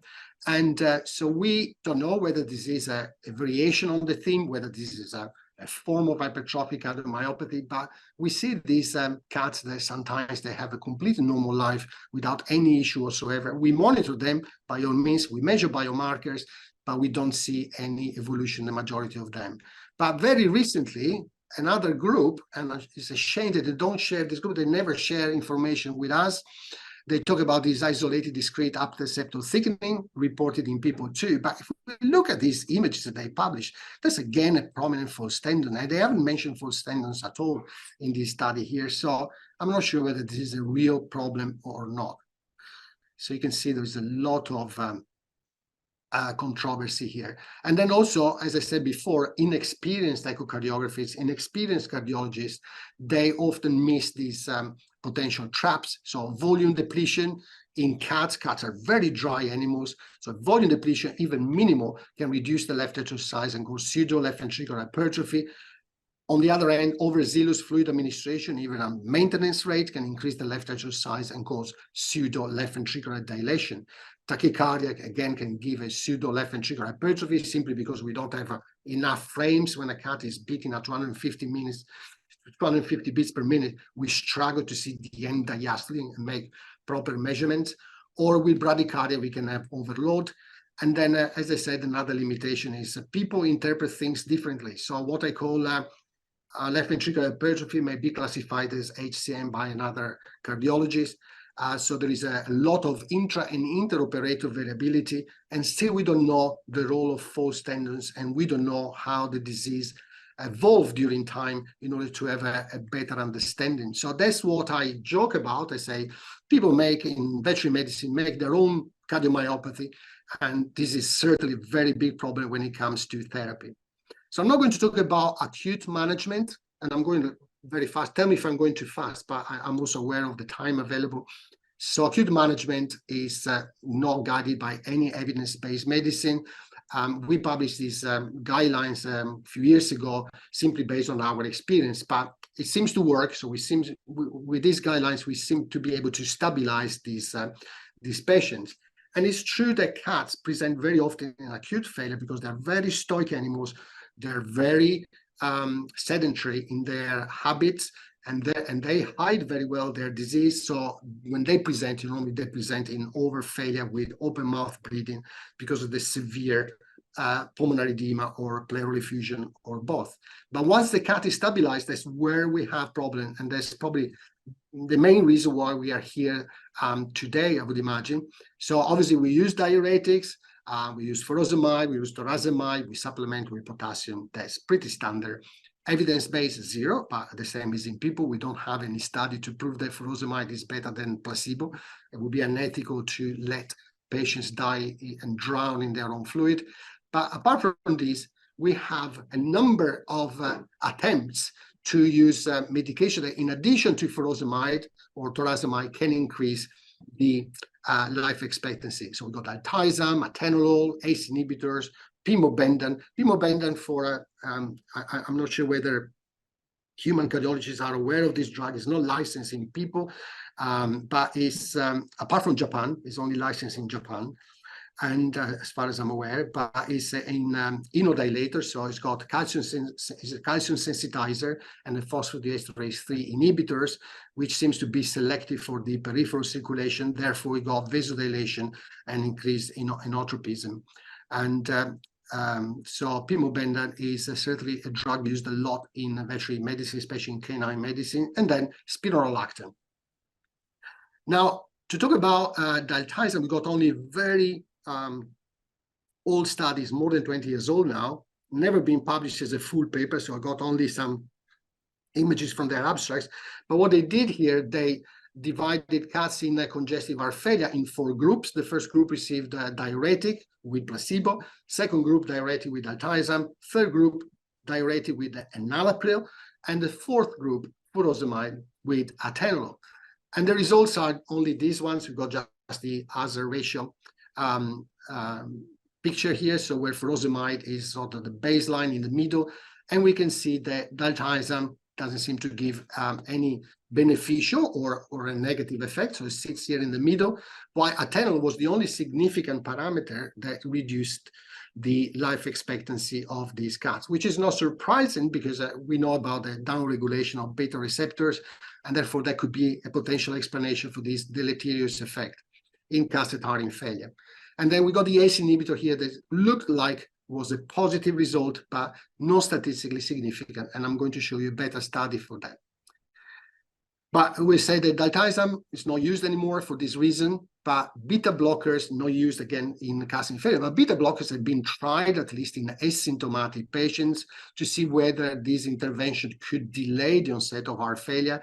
But the result was quite disappointing. There's a very nice study from Carsten and Schober from Ohio State University, where they did not demonstrate any statistical difference between cats receiving placebo and cats receiving atenolol, either as cardiac mortality or all-cause mortality, whether or not they had obstructive lesions or non-obstructive lesions. So very disappointing result, but obviously we take this into consideration. There might be a substrate of a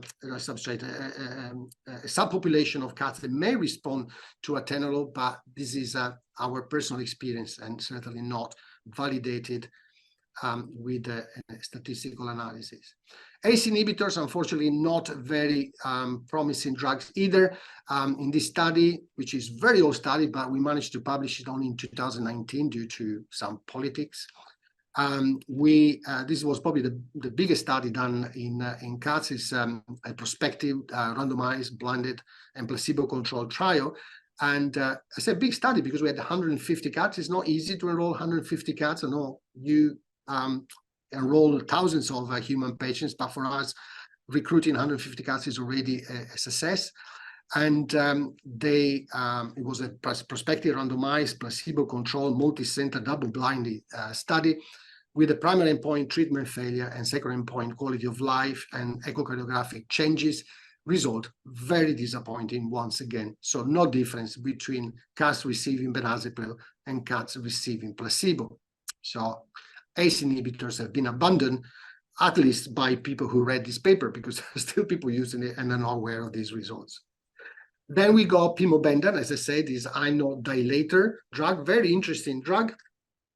And what they have found with this drug is that in cats, is licensed in dogs, as I said, that the pharmacokinetic is different from dogs. So it's a very rapid absorption, but very slow elimination. Therefore, we don't really know what the exact dose will be for cats. I'm not aware of studies to identify that.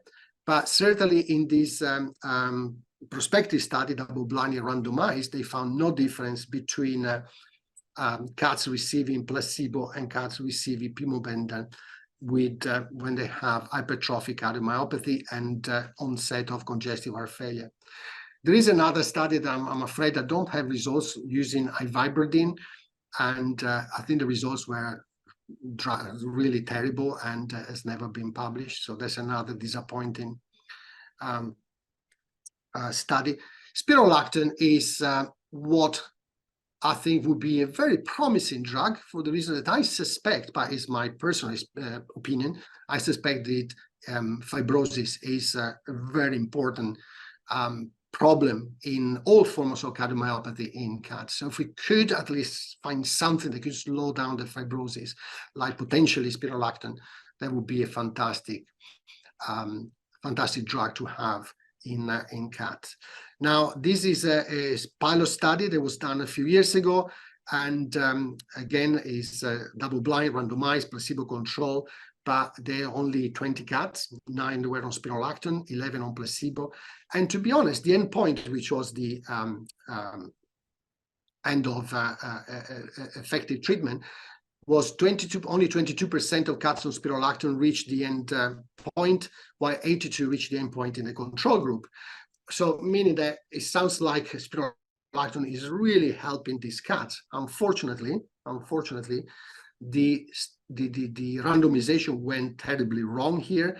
And if I just focus on this particular parameter, we can see that cats that were on spironolactone had a much smaller left atrium compared to cats that did not receive spironolactone, so they were on placebo. And unfortunately, this affects the entire validity and usefulness of these results. So probably a bigger study would be necessary. What the consensus and most cardiology would do nowadays, we don't agree with that once again, is the use of clopidogrel in cats. Clopidogrel is a drug that is used successfully in cats with arterial thromboembolism. It does prevent or as I should say, probably delays the interval between events, and is certainly superior to aspirin, as indicated here in the recurrence of ATE. So aspirin is obviously given a much shorter time in the symptomatic or the interval between events, while the clopidogrel is significantly better, or in all cause of mortality, cardiac death, or perceived adverse events. So certainly for cats that had an episode of arterial thromboembolism, a drug to consider. But the consensus now recommends this drug for all cats that have an enlarged left atrium. We do not have any evidence whatsoever that this should be the case. And although they report a high level of evidence in the consensus, there is no evidence at all. There are no studies unless they've done something secretly and they did not disclose it to the community. And it's not a 100% safe drug. We had few cats that were on clopidogrel that developed these serious hematomas because they're scratching their face, they bleed, and they end up with these serious adverse events that, for this reason, we're very, very careful with this drug. Then I'm going to finish here with the novelties, which are not already used in clinical practice. One is the use of rapamycin, this macrolide, that is also been used in people, as far as I understand. And this shows here that cats that did not receive the rapamycin progressed in their hypertrophy, while cats that received rapamycin were on a lower level. But interestingly, the low level of rapamycin gave better results, which is the statistical significant result, than the high dose, which is quite curious. And also, we'd never see such a level of hypertrophy. So 9 millimeters of thickness, or 10 in a cat, is incredibly. I've never seen one. I know that in people is different, but cats are much smaller. And then yeah, we mentioned the mavacamten and the aficamten. So I'm going to briefly show you what is being done. These are all small pilot studies. And yes, there is interesting result here. We do see a reduction in fractional shortening. Just to clarify, we tend to historically measure fractional shortening rather than ejection fraction, but the meaning is the same. And you can see that is also dose dependent. So I think that this is a very promising drug, but these were Maine Coon cats with HCM coming from that famous colony I mentioned at the beginning with positive mutation. So they do have the mutation for the myosin binding protein and left ventricular outflow obstruction. So this is a very specific population. And as I explained earlier, they are probably a small group of cats that we will probably see on everyday practice. And with aficamten, again, another small study on the same group of cats. These were 8 cats. And again, we can see, especially at higher doses, we can see a significant reduction in the fractional shortening and increase in the left ventricular diameter, which means that there is certainly a reduced tension, reduced contractility of the myocardium. And I know this is a joke, but it's a very important limitation we have in feline cardiology. If there are many cats, if we manage to give 1 tablet a day, we are very lucky. There are cats that will not tolerate any form of medication. So when we start seeing cats that receive furosemide 3 times a day, plus this and plus that, we know that is a recipe for disaster. And we are very conscious about limiting the number of drugs we give to a cat. And with this, I finished. So sorry, I probably went too long, but I wanted to share with you everything I knew about feline cardiomyopathy. Thank you. Thank you very much, Luca. It was very interesting and complete review. Do you have any questions for Luca?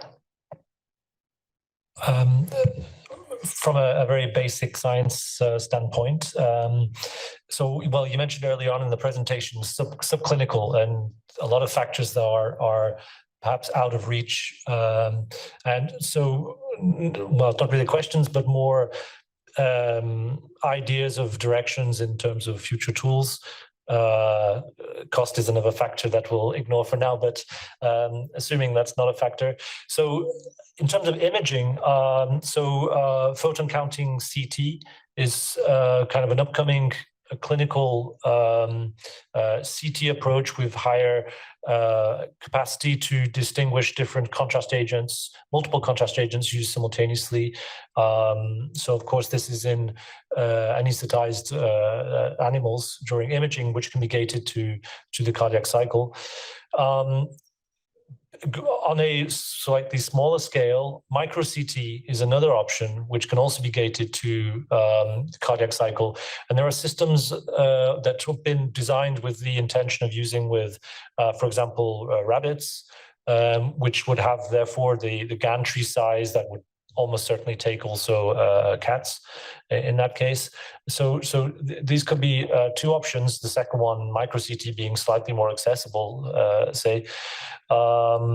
And then thirdly, in terms of post-mortem investigations, we have micro CT systems here, for example, where we investigate microstructure of whole hearts to human whole hearts, actually, down to sort of 20 micron resolution. So there are many things we can do in this perspective with in post-mortem conditions also. Yeah, no, that's a very valid point. There are studies on micro CT done primarily by the Royal Veterinary College, and they were, if I'm not wrong, they were primarily on hearts only. So it was the heart, not the patient alive.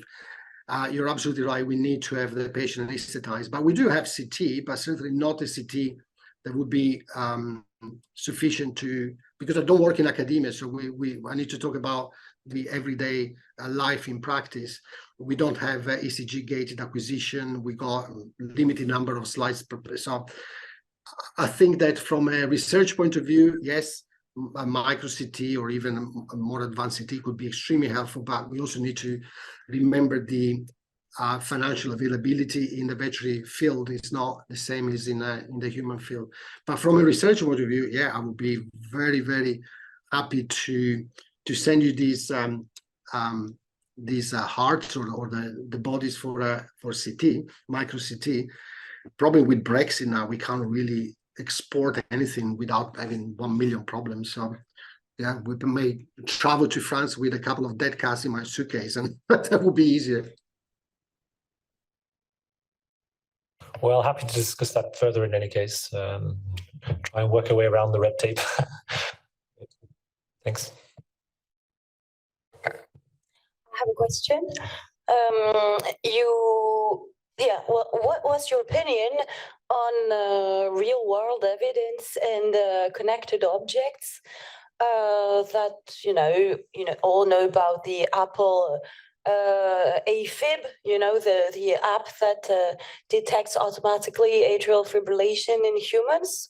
So, what is your opinion on the future of such devices and wearables?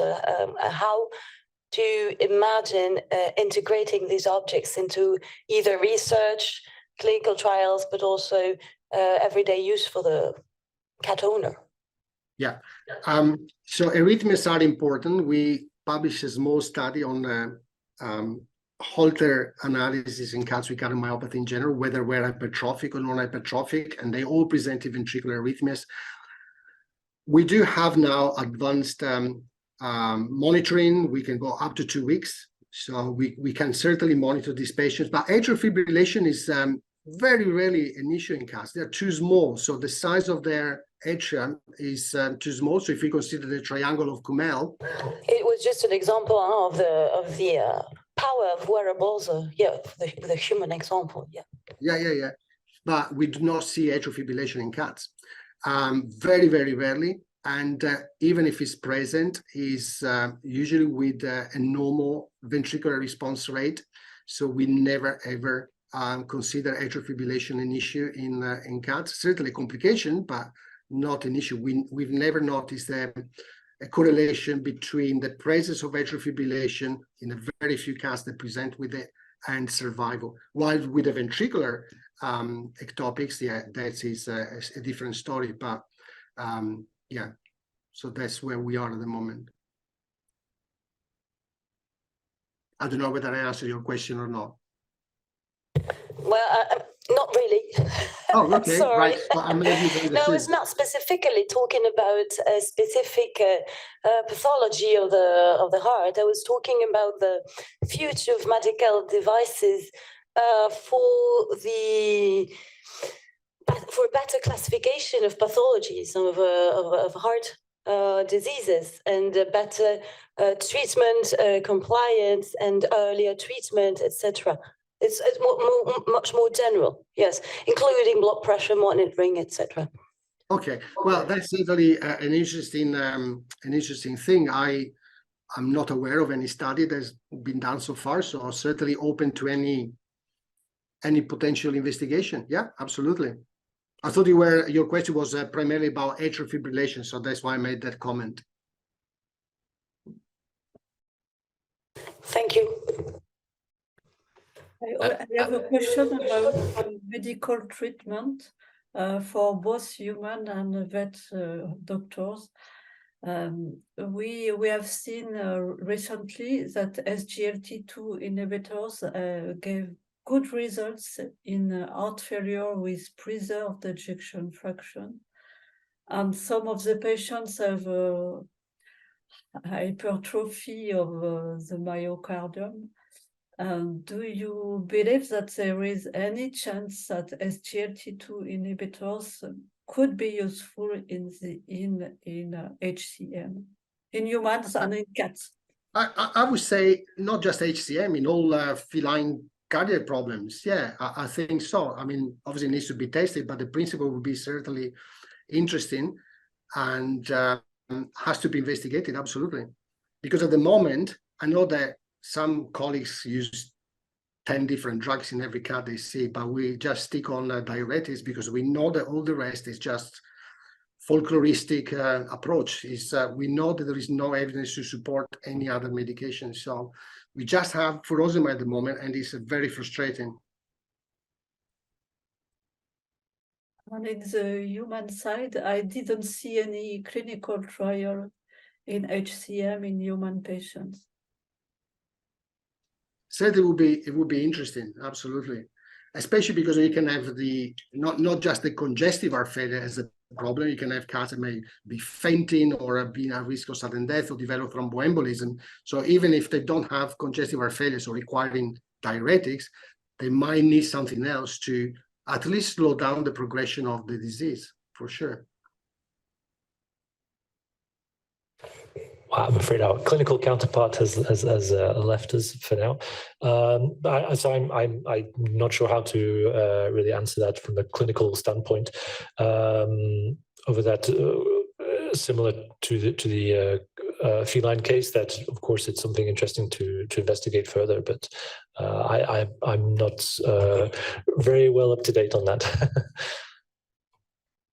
I have a practical question regarding diagnosis and evolution of diagnosis. Clearly, there is a difference between veterinary and human application and tools that are available to clinicians.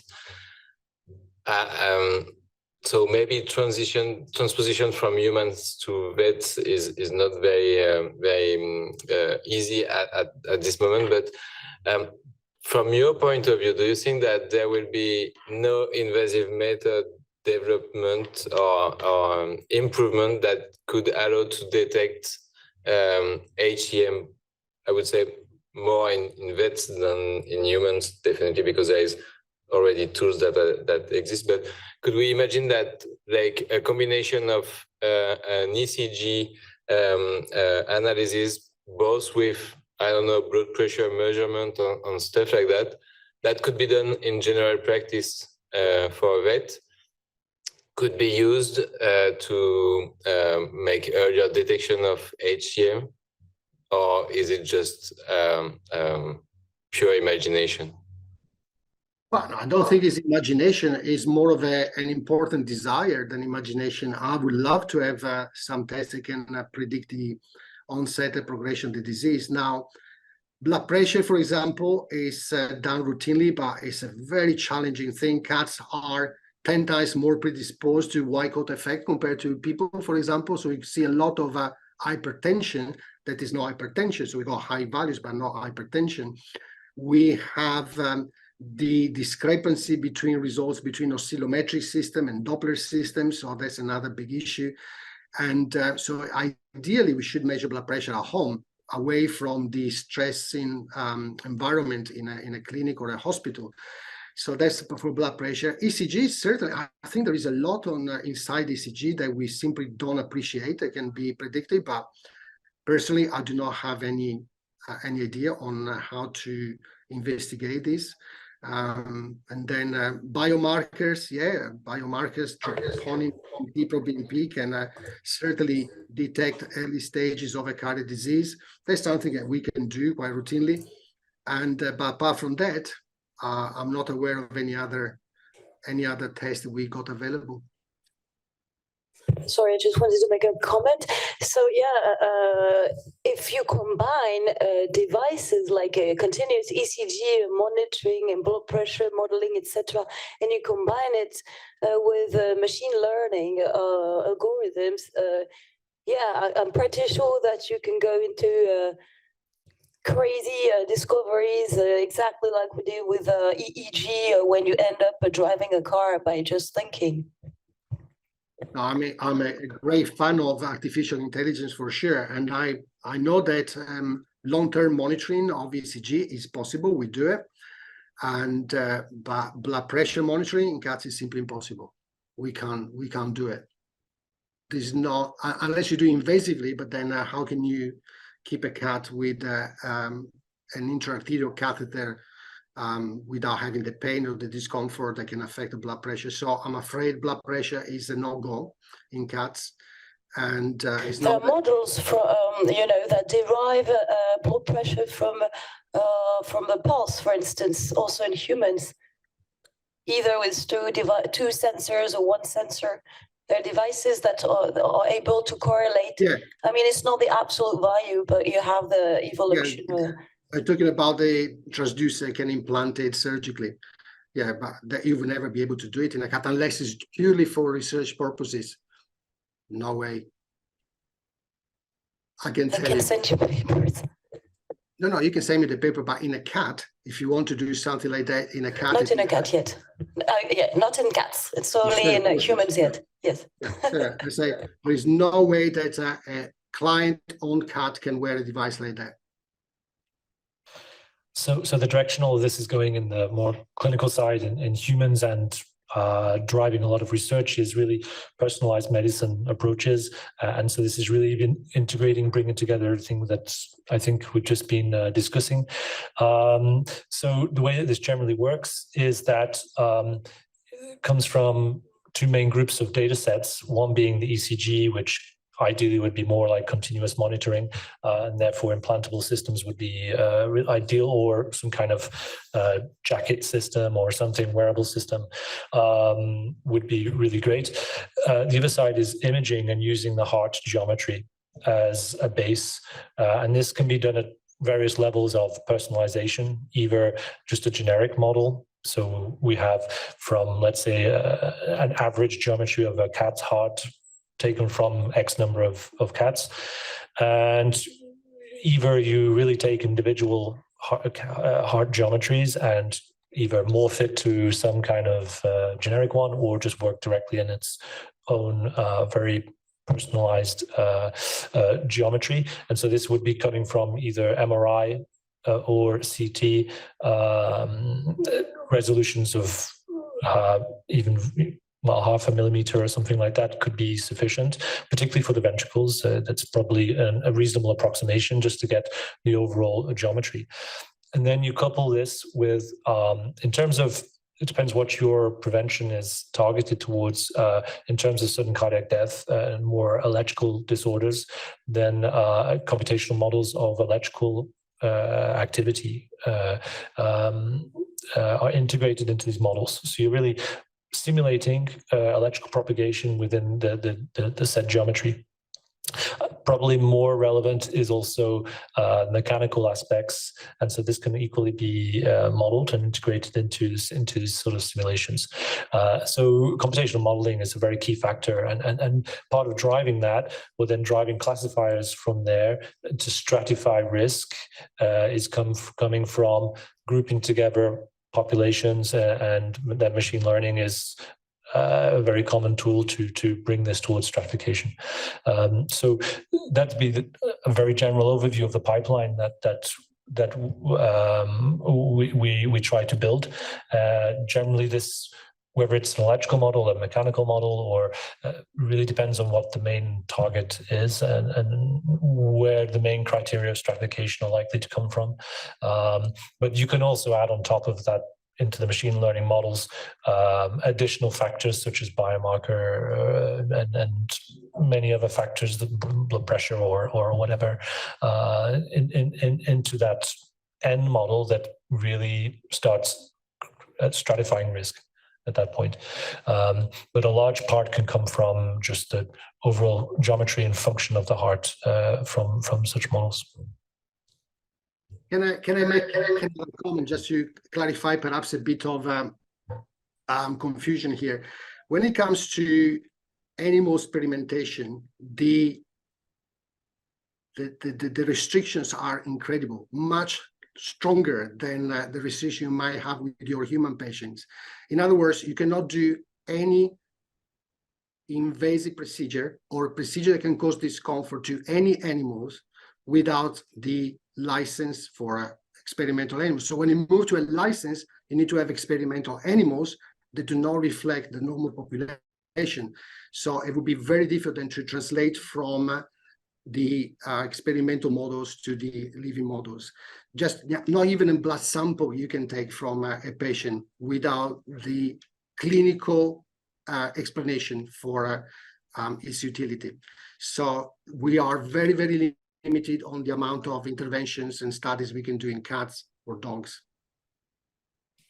Luca, can we imagine that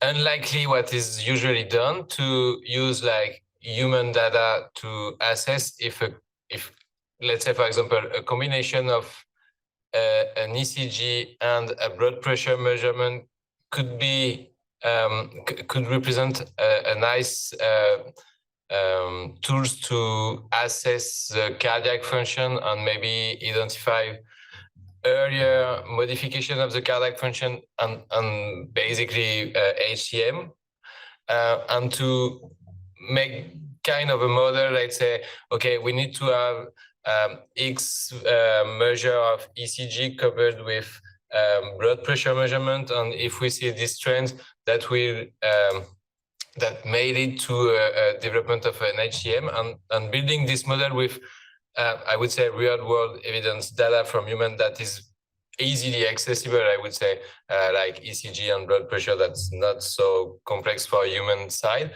and when the model is okay, just test it in cats, and basically that would represent a lighter clinical study with just ECG and blood pressure measurement on cat, which is, I would say, manageable on the field clinical trial. Yeah, that would be extremely interesting, and has to be under, at least in the United Kingdom, has to be under the Veterinary Act, which means that can only be done if the patient is under the care of a vet for a particular medical issue. So we can't do it for a screening, for example, but we can certainly do it for a cat that presents for a particular reason, even if it is a simple investigation of a heart murmur. But we need to have a justification for that can come under the Veterinary Act. Otherwise, it's considered experiment. And I can tell you, because I've been through that several times, can be an absolute nightmare.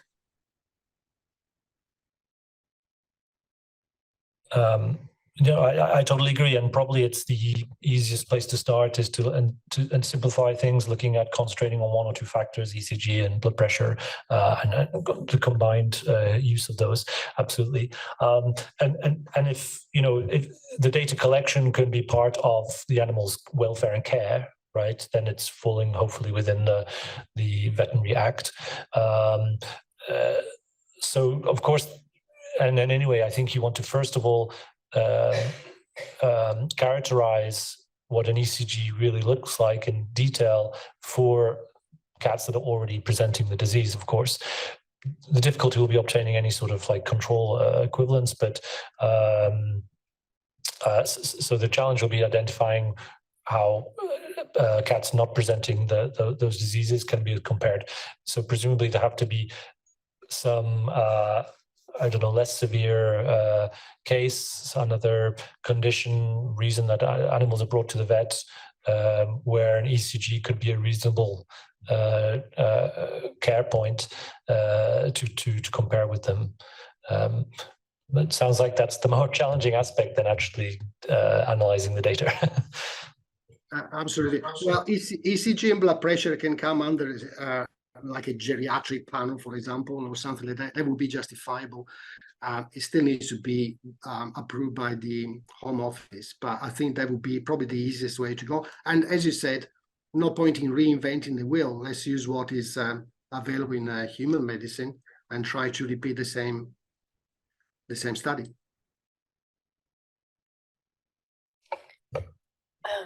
We arrive at the end of the session because we have to also to keep timelines.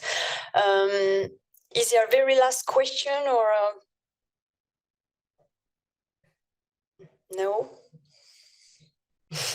Okay. So I would like to thank you all, particularly Luca and the Liryc and France and everyone. Thank you very much.